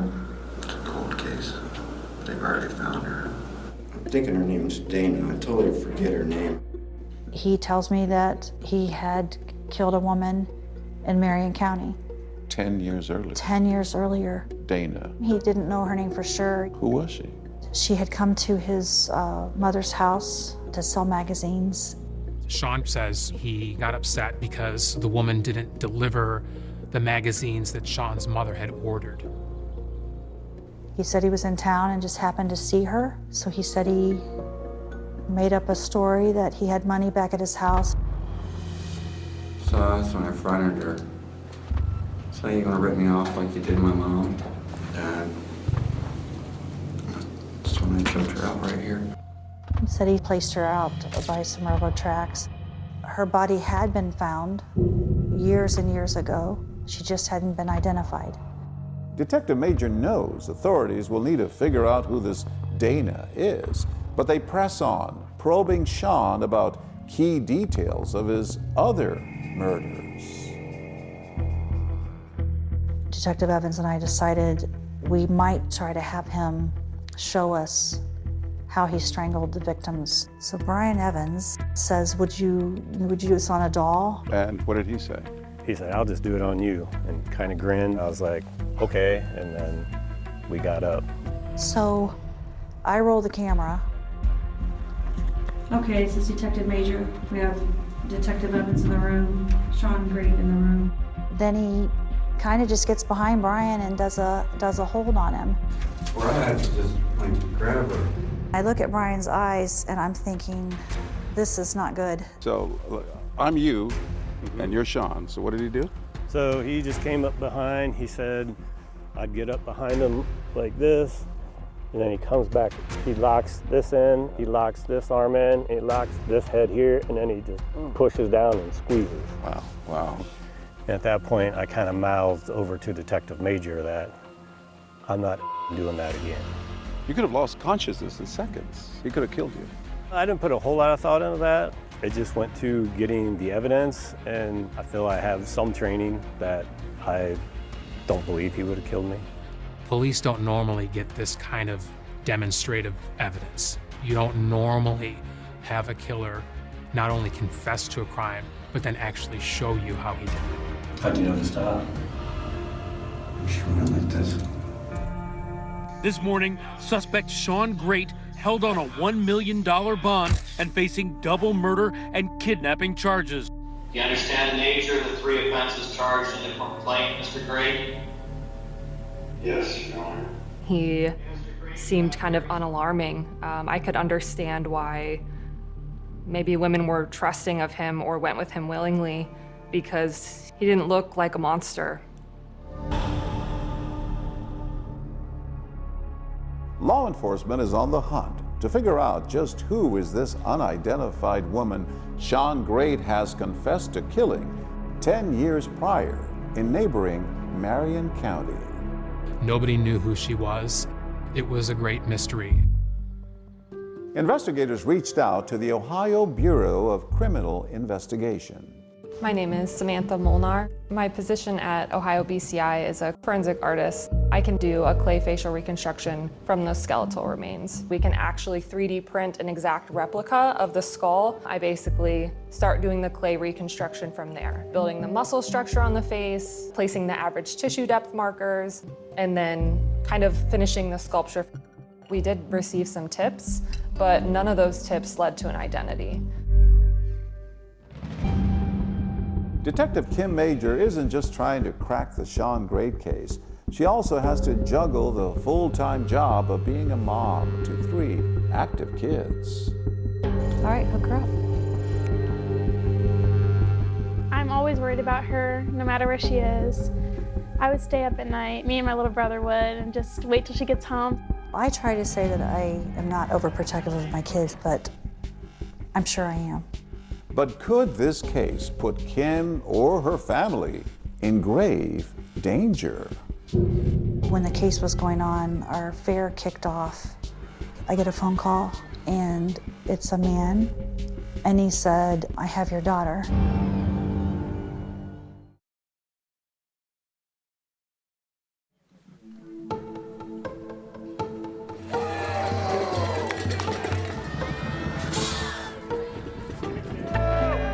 On Friday night, my husband coaches football. I actually took my younger kids to the football game, and I sat there, which was also surreal, seeing all the things around me and the lights. People are happy. They're happy, they're cracking the helmets. The band, watching my husband, hearing the whistles. Friday Night Lights. It's Friday Night Lights. That's small town America. And I brought my kids home, put them to bed. That's when Detective Major's oldest son, Corbin, who's preparing to enter the police academy, comes into the room. He's like, "What's going on, Mom?" I said, "Sean Great builds forts all over the place. He's like MacGyver. He stays in these things. But there's one in particular he keeps talking about." He had a fort in the woods, and she explained to me where it was. And I remember there was a body recovery within a quarter to a half mile that deemed a drug overdose right on a gas line. I said, "What are you talking about?" He said, "Yeah, there was a woman that died of an overdose, and they dumped her body there." We also just learned a body was found in Ashland County. Police say a gas company worker found the body behind a tree on County Road 1908, just south of Route 30. And he said, "Hold on a second." I kind of marked out where she thought his fort exactly was and kind of marked the distance. It was on the same county road. I was like, there's no way this is just a coincidence. This has to be from him. It's just, there's no way it's not. I said, "Honey, it's an overdose and a dumping." And he said, "That's because of her lifestyle. And people assume it's that." He said, "He did it. You have to go talk to him. You have to do something."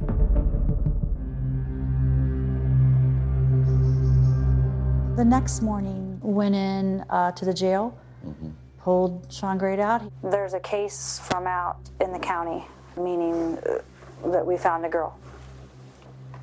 And We're trying to see if you'll be honest, if that's something you had something to do with. Rebecca Lacey.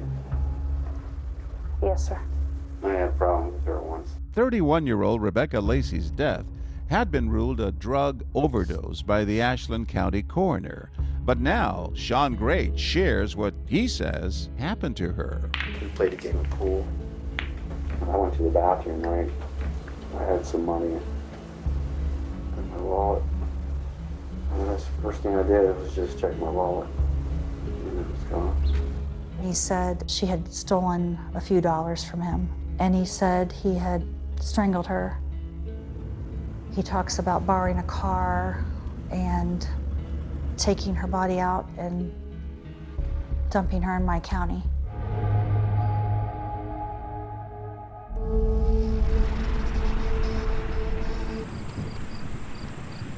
This is where Rebecca Lacey's body was found. Yes, right against this tree right here. When was she found here? March of 2015, her body was found, and she had been here for a couple months. Hard to believe that such a heinous crime could have happened here.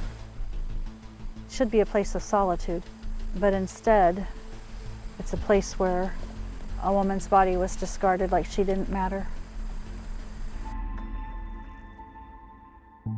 But Rebecca Lacey's case was public knowledge, and Detective Major needed proof that Sean was actually involved in her death. So she asked him about details from the crime scene. What did Sean tell you about the placement of that memorial? During the interview, when I had asked him to tell me some things that nobody would know, he said, I can tell you the truth, because where I found the cross and stuff right now, she wasn't found there. She was found over by a tree. He said you put the memorial in the wrong place. Yes. He was right. Nobody would have known that. With this new information, authorities reopened the Rebecca Lacey case, ruled her death a homicide, and later charged Sean Great with her murder. Detective Major had formed a unique bond with Sean Great. You spent 33 hours with Sean Great? Yeah, 8 interviews, 33 hours over the course of over a month. So much so that they've been compared to Clarice Starling and Hannibal Lecter from The Silence of the Lambs. Starling. Well, Clarice, have the lambs stopped screaming? What kind of toll does it take on you? It may have made me a little more hypersensitive. When the case was going on, our fair kicked off. I get a phone call, and it's a man, and he said, I have your daughter. I said, who is this? And he won't answer me. And then he hangs up. They contact a guy who made the phone call. It was just a coincidence. The case probably changed how I handled something like that. That was a rough one for me that night. A month after he's arrested, there's another chilling development. A fellow inmate tells you that Sean Great is targeting you, that he wants to kill you.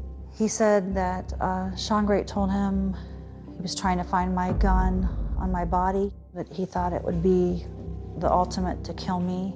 This information did not lead to any additional charges against Great, but future meetings between Detective Major and Sean Great took place at the jail, where no weapons are allowed. All along, do you think he was plotting to kill you? I didn't know that initially. I went into a later interview with him. I said, are you still having that hunger that you talk about? Can I ask you something? Will you be honest? Do you still have thoughts? About that desire? Yeah.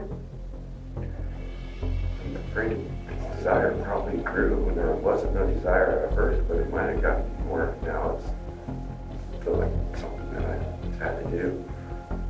I'm feeling it now. He told you he still had that hunger to kill. Yes. Sean Great says he had a hunger to kill. But Jane Doe and the victims' families had a hunger for justice. And now in court, they come face to face with the man they say is a monster.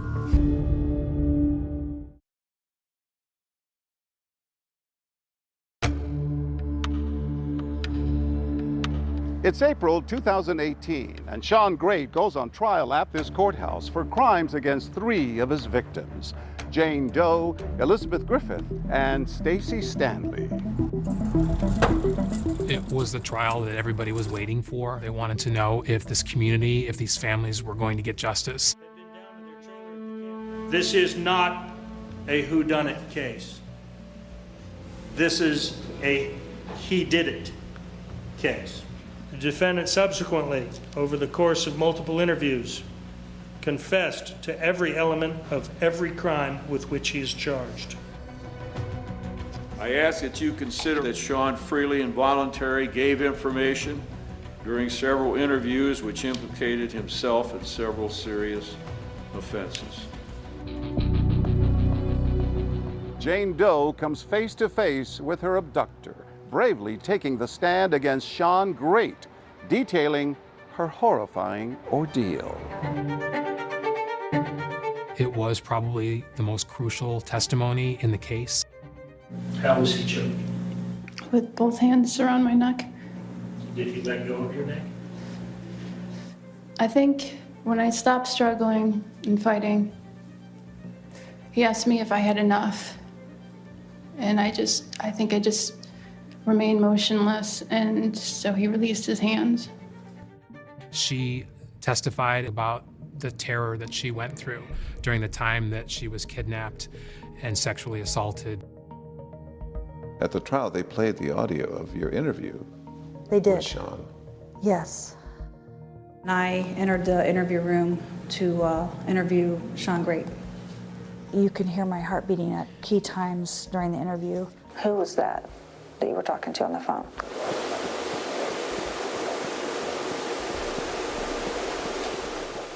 It made me realize that maybe it affects me physically more than I recognize. Prosecutors reveal gruesome details about the deaths of 2 of his alleged victims. People don't understand when you were in that trial, what you see and what you hear, you can't unsee or unhear ever. And those thoughts are always in your mind. You can't forget it. It was too gruesome. It hurt you that much. Yeah. Even talking about it today. Why? Just what she went through. It wasn't fair. Sorry.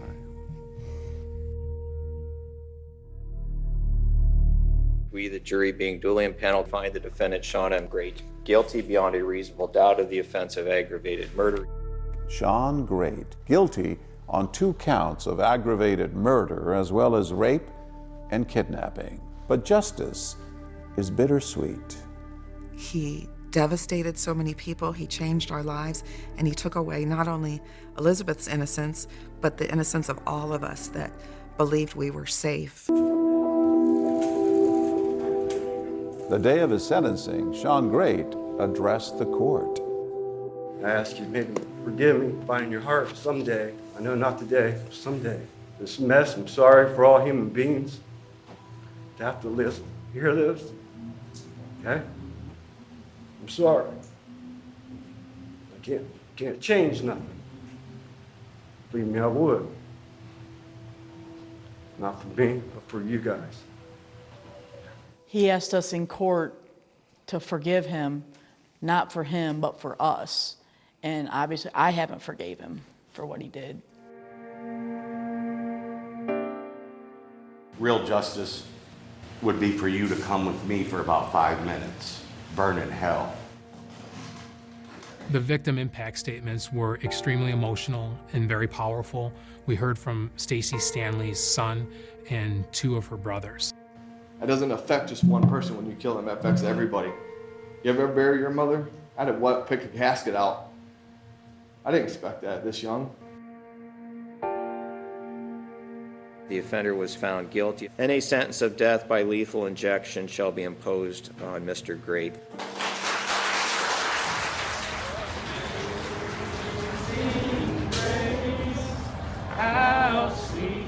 At the trial, you had justice for Stacy Balloons. Yeah. and Stanley Strong, and you released him when he got the death penalty. Yes, there was quite a few people that showed up out there to show the support for the family, and that we were glad that he got convicted and received the death penalty. I mean, that was what we were hoping for. Praise God. In March 2019, Sean Great pleads guilty to the murders of Rebecca Lacey and Candace Cunningham in Richland County. But his first victim remained unidentified. You are what you eat. So the different things you're exposed to in your environment all show up in your bones. We learned that she likely was from a southern state, somewhere between Texas and Florida. Then finally, a match. Now this woman, a victim of serial killer Sean Great, has a face and a name.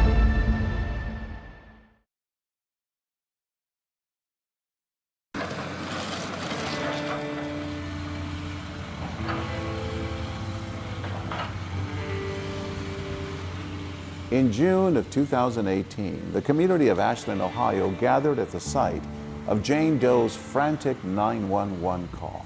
Today, that house was finally demolished, bringing closure for residents and relatives of the victims. Many people felt like they needed to be here today.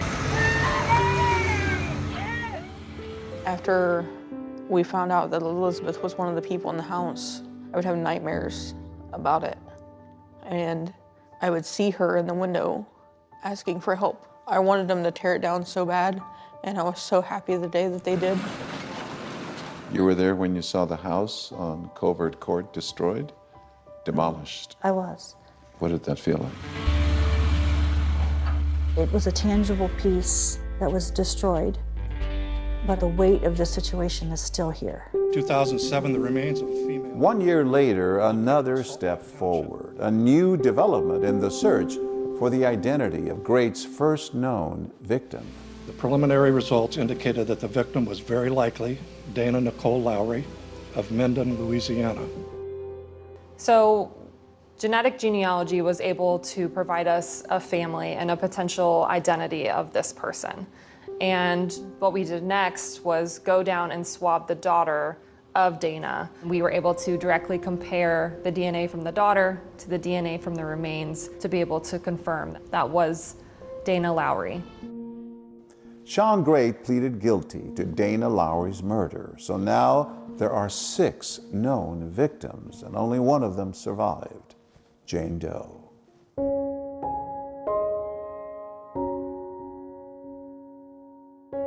What would you say to that woman if you were able to talk to her today, to Jane How Doe? brave she was. She saved so many people. If she hadn't been brave and did what she did, we wouldn't have caught him. Then how many more women would have suffered? Kim Major has retired from the Ashland Police Department, and she now works as the Safety Services Director at Ashland University. And she's written a book about the Sean Great case. I don't want to forget this case. I don't want anyone to forget it. These women could have been anyone. You titled the book A Hunger to Kill. Those are his words. He has a hunger to kill. Do you think there are other victims out there? I don't think this is a closed book situation. I think more information may come out. We never get to say our goodbyes. As for the Stanley family, they're still dealing with the tremendous pain of losing Stacy. You miss her still? Oh yeah, it's been 8 years. I haven't even opened a box of anything of hers. I just kind of put it behind like it doesn't exist to an extent.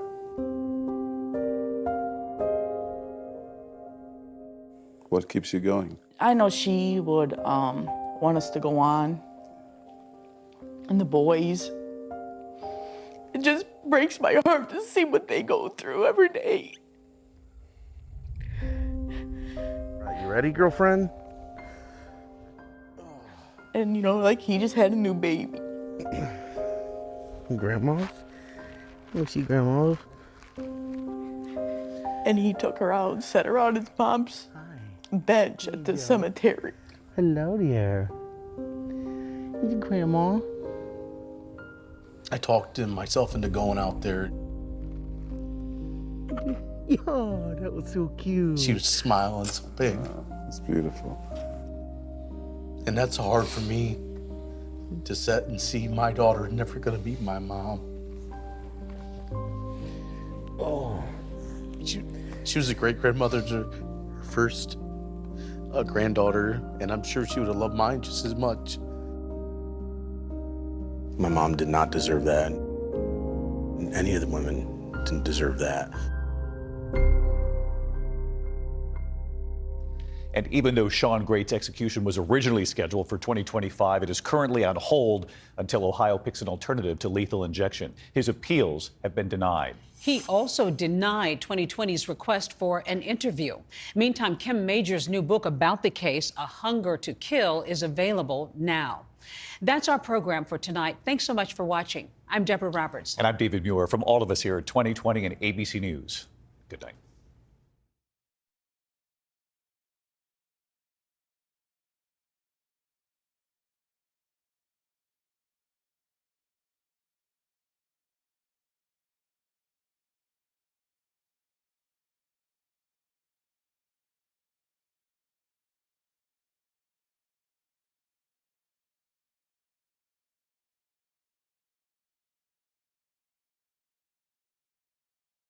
It was a horrific attack on an elderly woman.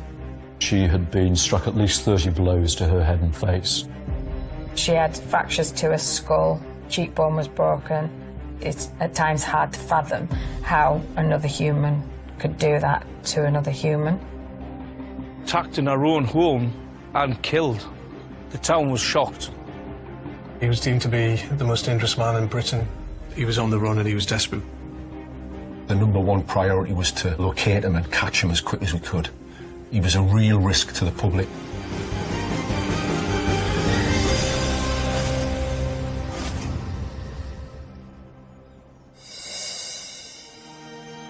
Nestled in the rolling hills of Northumberland lies the picturesque town of Hexham. Hexham is a good place to be. It's a very established community, lots going on here. It's welcoming. You walk up the streets, everybody speaks, everybody knows you. Just a lovely town. Hexham has a very close-knit community. It's exactly what you'd expect in a rural area. It's also got a lot of farmland around it, a really good quality of life. It's regularly voted as one of the best places in the country to live. It's quite affluent. It's a thriving market town with pubs, shops, everything you'd expect to find in a rural part of Northumberland. It's got a beautiful cobbled market square, beautiful abbey, very quiet, low crime rate, not a great deal happens there. But the peace in pretty Hexham is about to be shattered.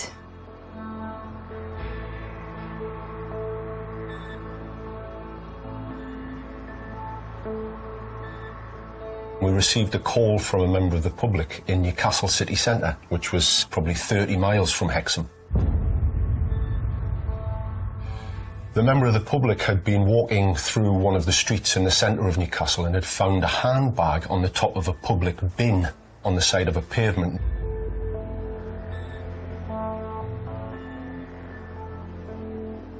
They saw the bag and thought it was a bit odd because I think it was in quite good condition, and they took it and handed it into the police as lost property. It was apparent there were no valuables there, so the suspicion was it had been taken with the intention of taking whatever was in it.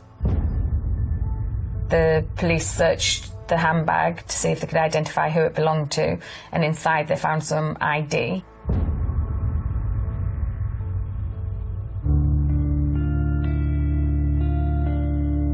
The ID was in the name of 77-year-old Hexham pensioner Judith Richardson. Officers were dealing with what they thought was just a lost bag. The police in Newcastle got in touch with the police in Hexham, and the police in Hexham went around to the home of Miss Richardson to explain to her that her property had been found. When the officers got to Hexham and called at Judith's address, they were expecting to find a someone who would answer the call and probably say that the bag had been stolen. But when police knock, there's no answer. With concerns about Judith's age, they decide to gain entry. When they got in, they found Judith dead in the hallway of her flat.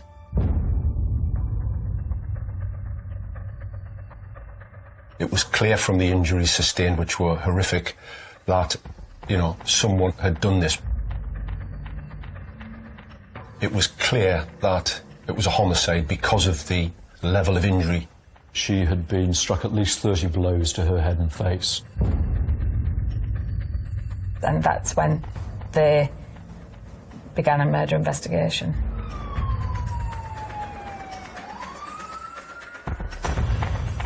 I was head of the CID for Northumbria Police at that time. The senior investigating officer that was conducting the investigation at that point came to see me and briefed me about the occurrence. This was a completely random attack. We were simply presented with a body in the passageway of a house. We didn't have any idea at that time who the offender was.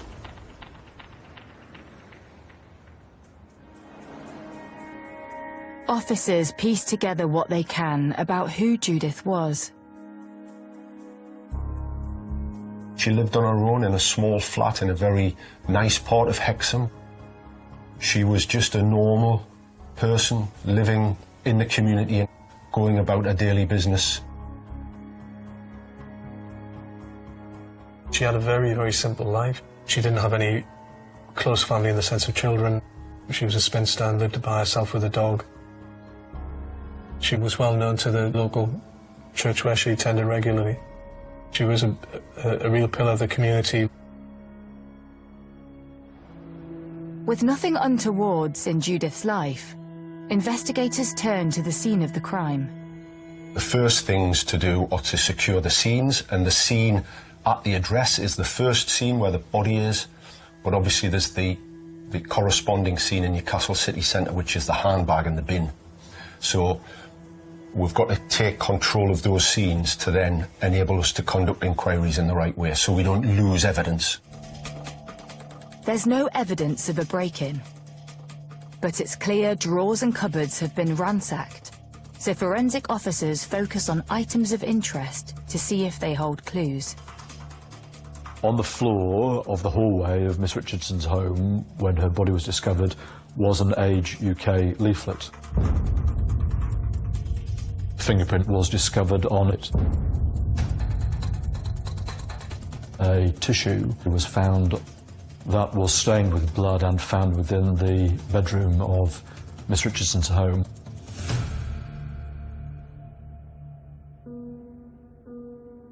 While the tissue and the leaflet are sent to the lab for tests, Judith's body is carefully removed and examined by a pathologist. I was the crime scene photographer in the post-mortem. Judith was a 77-year-old woman. Reminded me of my grandma a little bit, and the attack was so severe it is at times hard to fathom how another human could do that to another human. There were a lot of injuries to photograph. She had fractures to her skull, cheekbone was broken, there were lacerations and bruising to the brain, and she had a lot of bruising all over her body. And Judith had a number of kind of cuts and defensive wounds as well on her hands and fingers. It was really clear that the cause of death was from blunt force trauma. And there was some speculation at that time that it could have been caused by something like a hammer. I think everybody was quite shocked just at how brutal and savage this attack was. Something like this would, and indeed did, send shockwaves through the entire community. It's totally unexpected. The ferocity of the attack was absolutely exceptional, and particularly to happen in a place like Hexham.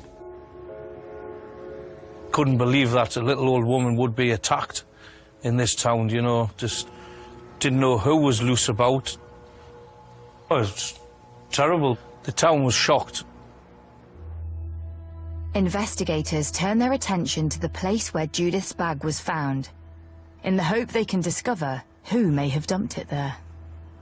The senior investigating officer at the time made a really good call early on to obviously focus on the bin and the surrounding area, and in particular the CCTV that covered that part of the city, and try and lock down any CCTV, particularly in Newcastle city centre, that may overlook the bin in question. But it was really important that detectives were sent to secure any cameras from shops, business premises, from public CCTV on lampposts or whatever, to ensure that none of the evidence or potential evidence was lost. And then it was a case of trawling through to ascertain who put the bag on top of the bin. A little squad of officers were put onto the reviewing of the CCTV. One of the officers started by focusing on the bin at around the time that the member of the public had called it in. So working backwards from that time, there was only one camera, I understand, covering that bin, and it was a long distance shot with a very poorly pixelated image that showed the bin. Something piques the detective's interest. Looked like a bus had pulled up near to the bin. A number of people had gotten off the bus. Could that have been the time when the bag was discarded at the bin? That grainy image then necessitated a contact with the bus company, who could only provide, you know, a rough outline of lots of buses. You know, we didn't have one particular bus at a particular time on a particular street. So we were presented with, you know, quite a volume of CCTV, which has to be manually viewed. And it's a real arduous task. It's time consuming, it's difficult, it's painstaking, but that's the basis of what good detective work is. But the hard graft soon pays off. On one of the buses, there was an image from the cab of the driver which saw a man get off at Clayton Street at the relevant point. And actually, as he gets off the bus, his arm moves to the left and he places what we now know to be the bag on top of the bin. The number one priority was to locate him and catch him as quick as we could.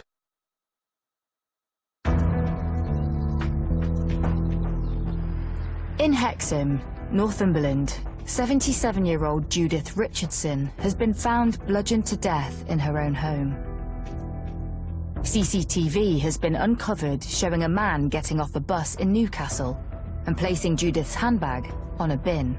Police need to retrace their suspect's steps to track him down urgently.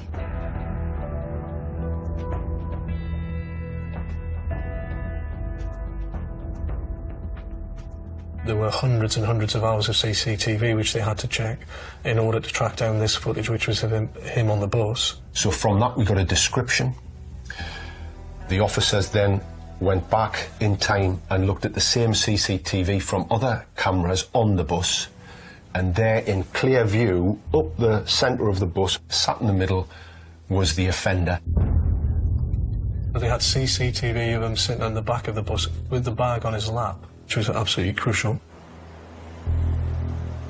Not hiding it, in open display, and it was on camera. So that gave us the clue that he's probably the man that's committed this crime. From there was a huge amount of work went on. One, backtracking on the bus to see where he'd come from, but two, to follow through where had he gone after depositing the bag. Now that necessitated several cameras in the city centre to be cross-referenced and cross-checked, but we had a description from the clear imagery off the bus of this individual wearing a green shirt. And it was on different cameras on a different street that this individual was spotted going into a jeweller's shop.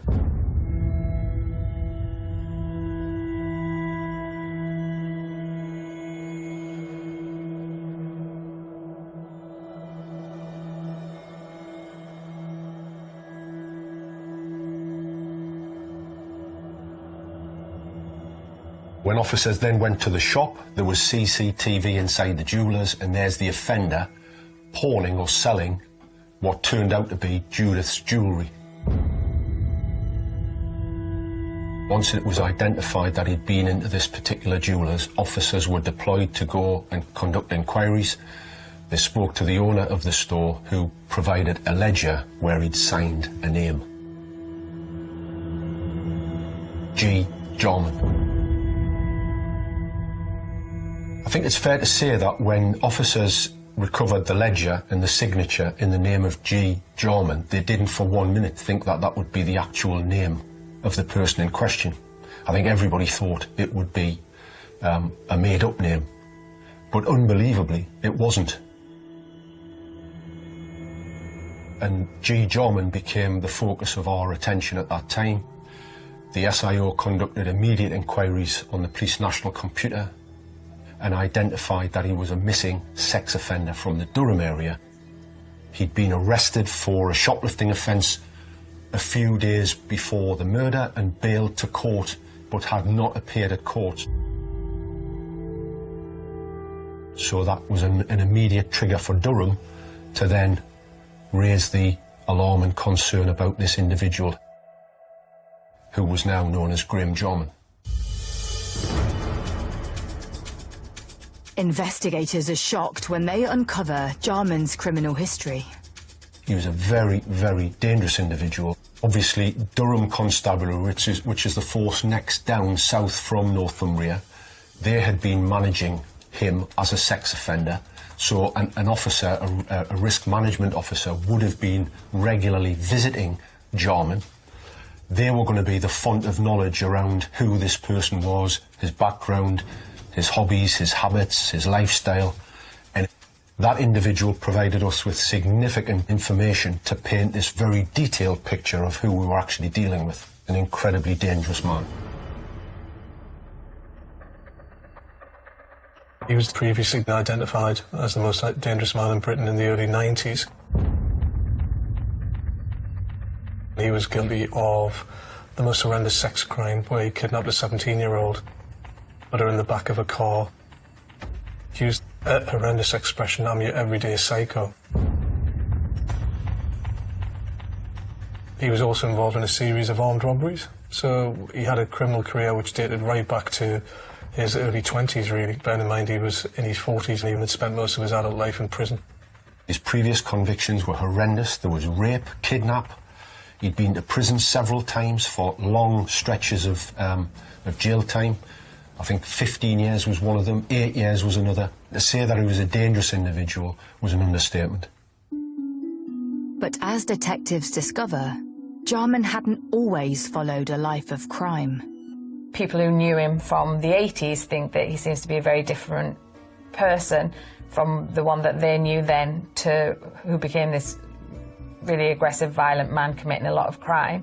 Graham Jarman had worked as a civil servant, as I recall it, and then something had plainly happened that triggered him into a world of not just criminality, but criminality of the most serious type. And I don't know, certainly for certain, what that thing was that happened in his life, although, like everyone I've seen it reported, that he had a particularly significant reaction to discovering that he was adopted. This is when it's believed Jarman's life started to spiral out of control. He used betting shops a lot, as far as I'm aware. He's had gambling problems. He had a compulsion to violence and sexual offending and robbery because of his gambling addiction, and was prepared to do anything, and then just seemed to, you know, suffer the consequences, really. He was a loner, he had no friends, he was quite articulate, he enjoyed reading broadsheet newspapers, but he was a horrible, nasty individual. But police need to link Jarman with the place where Judith was killed, Hexham. The guys then worked on the CCTV off the buses and were able to backtrack him to Prudder, which is another little area in Northumberland, and then from there he actually got off a bus from Hexham in Prudder, went into a shop, and then got onto this bus and into Newcastle. So it was in effect backtracking back into Hexham, which is what they were able to do. To track Jarman's movements in Hexham, investigators speak to businesses with CCTV. Chris Dunlop's pub is on the main thoroughfare into the town centre.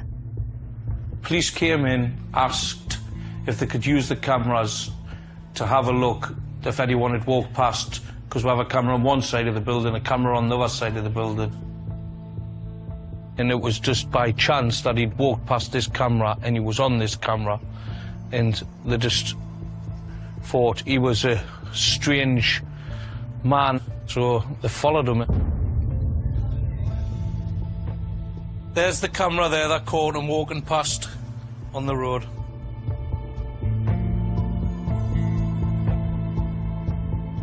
What we've been able to pull together from the compilation of the CCTV is that Jarman had indeed come to Hexham on the 17th. He'd stayed overnight in a guest house on the first night. On the second night, he apparently had slept rough somewhere in Hexham. And on the day of the murder, the Friday the 19th, he'd been seen walking up and down various locations in the centre of Hexham. I think that the CCTV put him in Hexham observing elderly women. From what's known now, potentially looking for victims, for targets.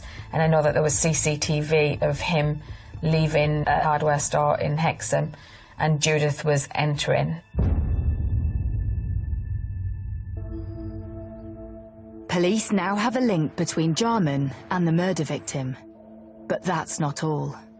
In the period before the killing of Miss Richardson, he was caught on CCTV walking towards her home. And in the period after her killing, he was captured by the same camera walking away from her home.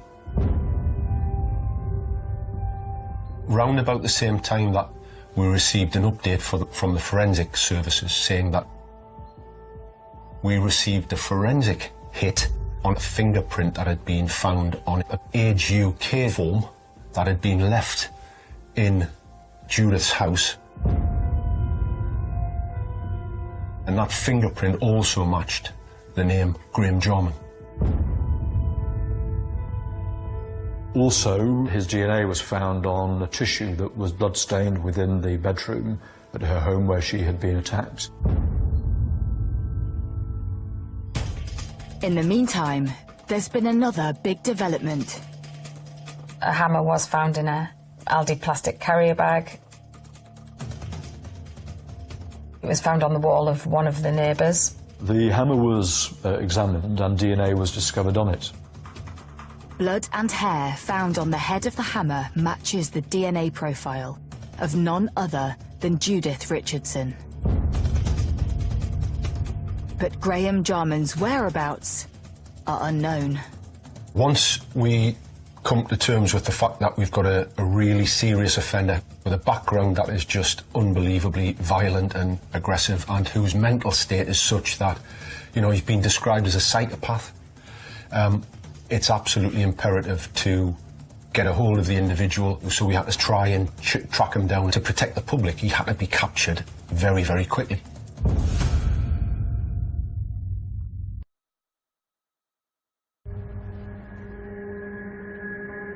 In Hexham, Northumberland, 47-year-old Graham Jarman is wanted in connection with the robbery and murder of pensioner Judith Richardson.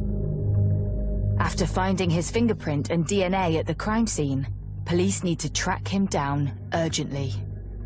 Jarman's mother tells detectives he hasn't been seen at their home in Consett, County Durham, for weeks. I know that he lived with his mother at the time of the murder. It was quite a curious relationship in the sense that she gave him money to spend. His mother controlled him to a great degree and stopped him from, presumably, to stop him gambling everything away. But it also became apparent that she'd left in the weeks preceding to go and visit family. So his source of income had been lost. He'd spent his allowance because of his gambling habits. And Jarman had actually stolen from his own mother. He'd taken a DVD player and sold it, and then when he realised the mother was coming back, that was his switch to say, time for me to leave. And that's when he started the offending. Investigators launch a manhunt.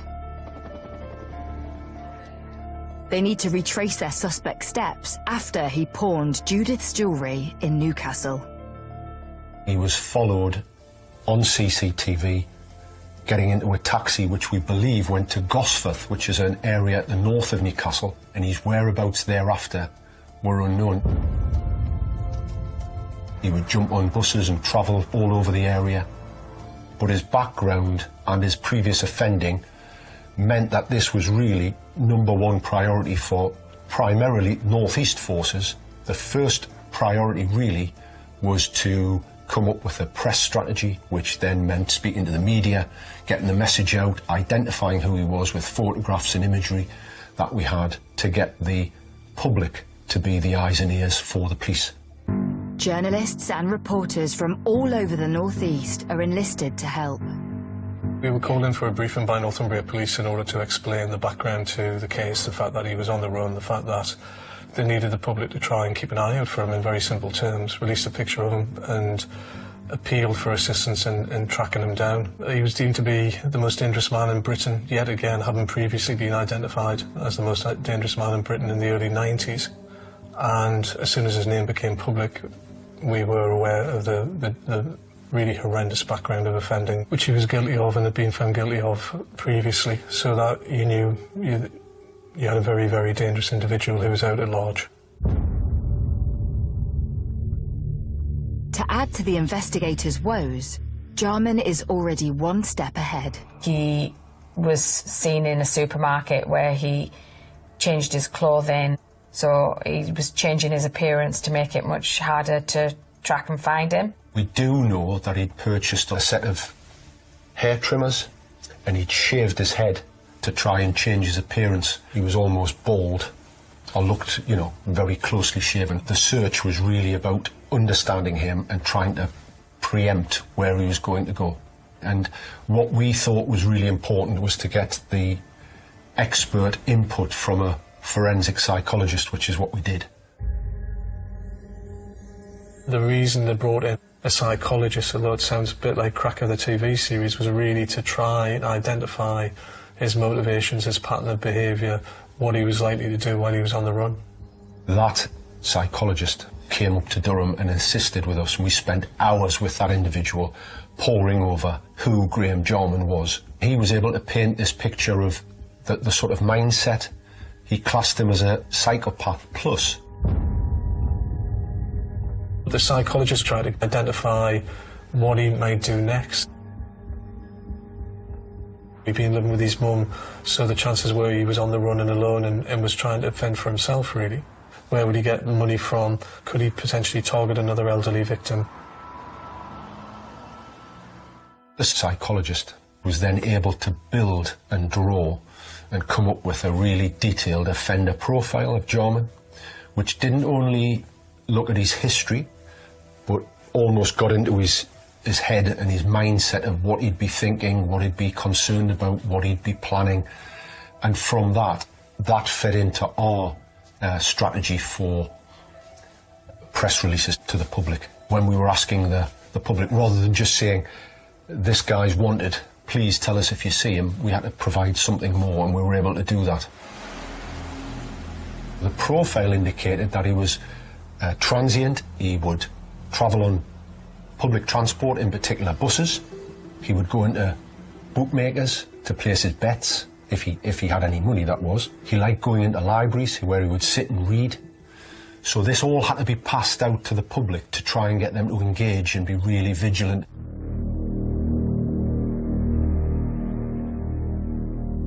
Soon, a result.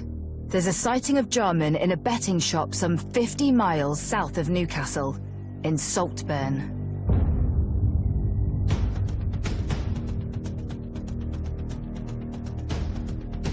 Then, 2 days later, he's found on CCTV entering a supermarket 20 miles west in Yarm. For the manhunt team, this is a worrying trend. As the days developed, we received sightings, information from other forces that suggested he was transient and moving.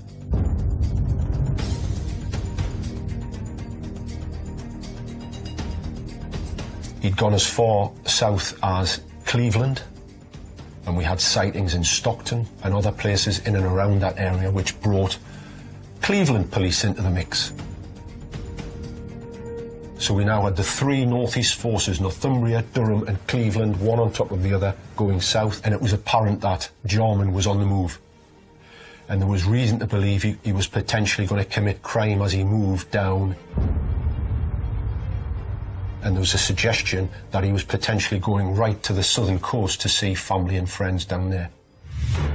Forces in the southeast are also put on high alert. And that's when it was press the red button, and it becomes a really multi-force chase. We even contacted Sussex police at one point to give them the heads up that he may be on the way down, so they could start and advertise the fact that this individual may just suddenly appear on their patch. There was information put out that people and the public should not approach him. It was recognition that he was a violent man, he was quite a dangerous man. They had more police presence in libraries, they put more presence around kind of betting shops. There were meeting after meeting, hours and hours of research went into tracking him down. But every time we got a sighting, we were always that one step behind it. By the time we got the notification and went and checked the CCTV and confirmed it was him, he'd obviously moved. So it was frustrating.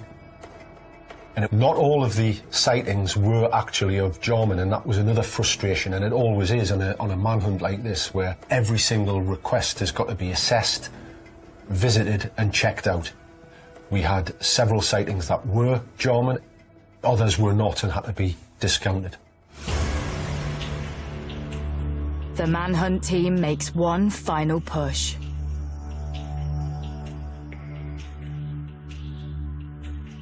We took the decision to really ramp up the media engagement and appeals to the public. And I took the lead on that in terms of conducting a number of interviews.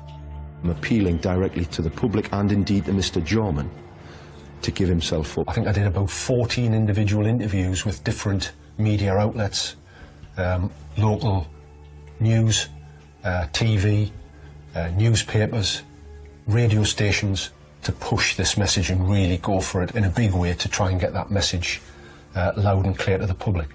We need to speak to him as a matter of urgency. Days later, news comes in from Yorkshire.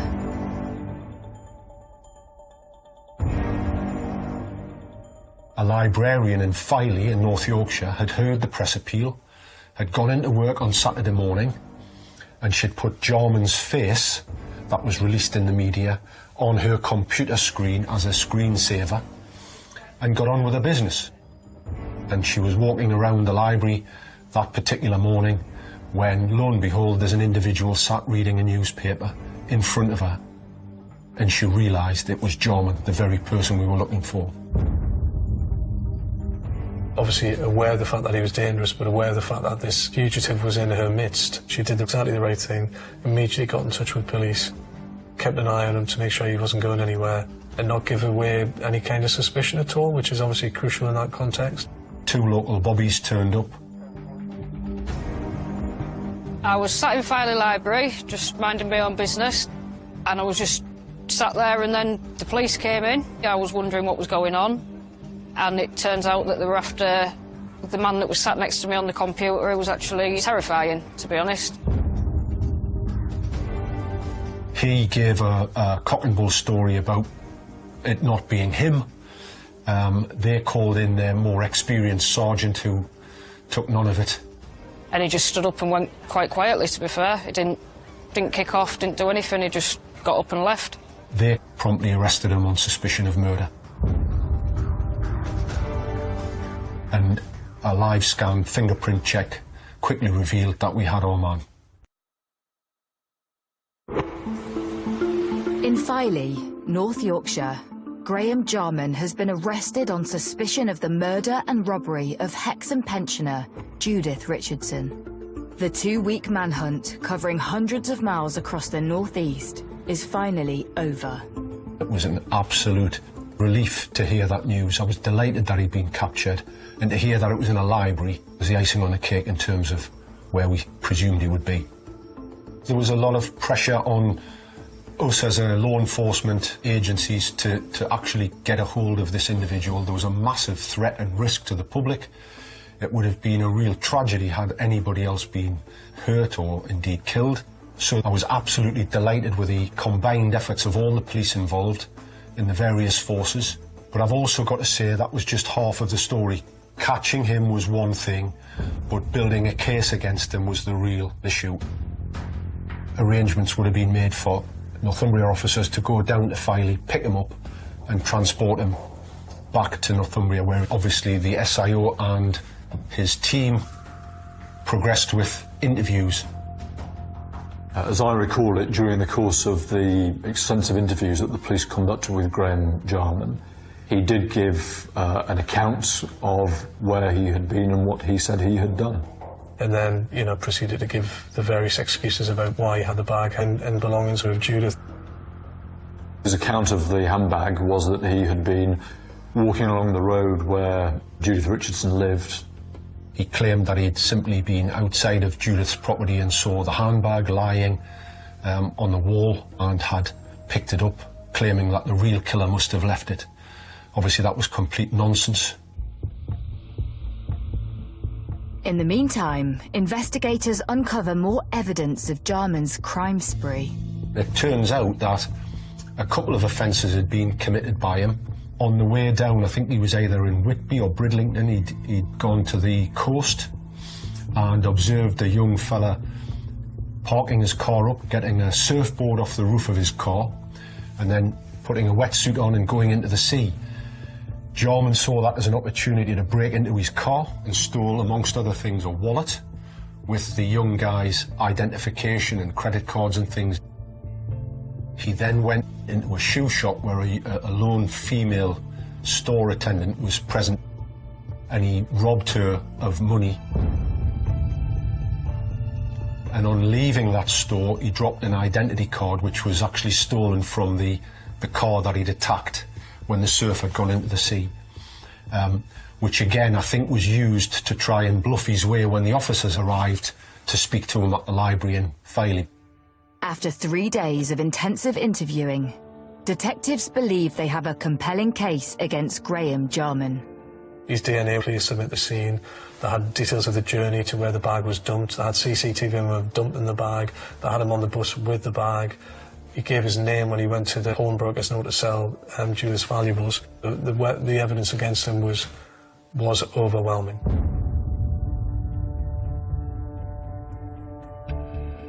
The SIO and the team put the case to the CPS, and Jarman was charged with Judith's murder.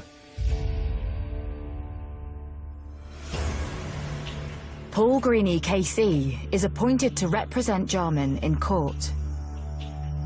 I have a clear recollection of my first meeting with Graham Jarman. What struck me about him was that he was plainly an intelligent individual and a clear-thinking individual who had his own ideas about his own case. So he certainly didn't present to me as an everyday psychopath. If you hadn't known what he had done in the past and what he was accused of doing, you wouldn't have guessed. He was straightforward, and certainly I didn't find him at all a difficult person to deal with. But at all stages, Graham Jarman denied that he was responsible for the murder of Miss Richardson and made clear that he intended to have a trial.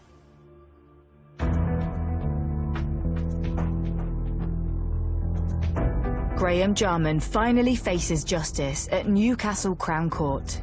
He pleads not guilty to the murder of Judith Richardson.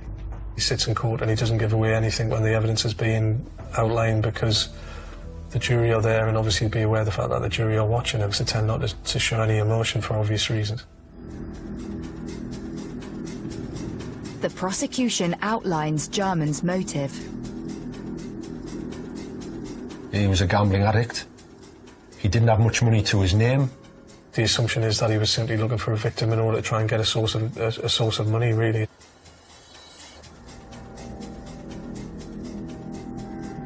Prior to the murder, he was seen in Hexham, clearly targeting elderly people, elderly women, in order to rob them, basically. But the prosecution sets out how Jarman clearly has violence in mind. The CCTV played an important part in tracking him, leaving Beals, it's called, where he'd actually stole the hammer from. And I believe that's where they think that he spotted Judith as a target. After following Judith home, Jarman waits outside, then charms his way in, pretending to be from Age UK, and accidentally drops the leaflet in the hallway. It was a truly shocking attack. He brutally assaulted her repeatedly with a hammer. He'd gone and started ransacking her property, and then he beat her for a second time, leaving her dead in the passageway of a house. It's believed Jarman cleans himself up at the scene, dropping the bloodied tissue containing his DNA. And then leaves with Judith's stolen handbag. And the prosecutor made quite clear to the jury that the level of violence he used was completely, you know, horrific, but also unnecessary given the context. He could have walked in, taken all the valuables and walked out. There was no need to take her life. Jarman didn't take the stand, and given the level of evidence against him, you can understand why that is the case. We knew that we were facing a complex and difficult case. Graham Jarman was demonstrated to have been in possession of the handbag of Miss Richardson, and it was proved and indeed acknowledged by him that he had pawned some jewellery that belonged to her, getting £300 or about that for it, and even signing his own name for the receipt. Also, part of the case against him at trial was that he had changed his appearance in the period after the killing of Miss Richardson, to which his response was, "I'm a shoplifter and I regularly change my appearance so as to reduce the prospect of being detected for that crime." The jury retires to consider its verdict. The jury was in retirement for a number of days. And eventually, the jury decided he was guilty of the said offence. The SI owner's team had delivered excellent evidence. It was overwhelming. It was inevitable that the judge would impose a very lengthy minimum term, which he did. A term of 35 years that Mr. Jarman will have to serve before he can apply for parole. A very, very long sentence was given, and I don't think he'll ever be released. I don't think he'll ever deemed to be safe, even when he's an elderly man. The brutality of Judith's killing still haunts her town of Hexham. This was a targeted attack for financial gain. And the really sad part about that is that from what he got, he actually only got £300. So this brutal murder took place for £300. I'm sure the people in Hexham would have had a really negative impact by this crime. It's very rare, certainly in a lovely area like the market town that is Hexham. I do think that justice has been served for Judith, but I don't think that Graham should have actually been out in the community. He had a really long, violent history. Had he been in jail, then this crime may not have occurred, and I think that's the really sad part.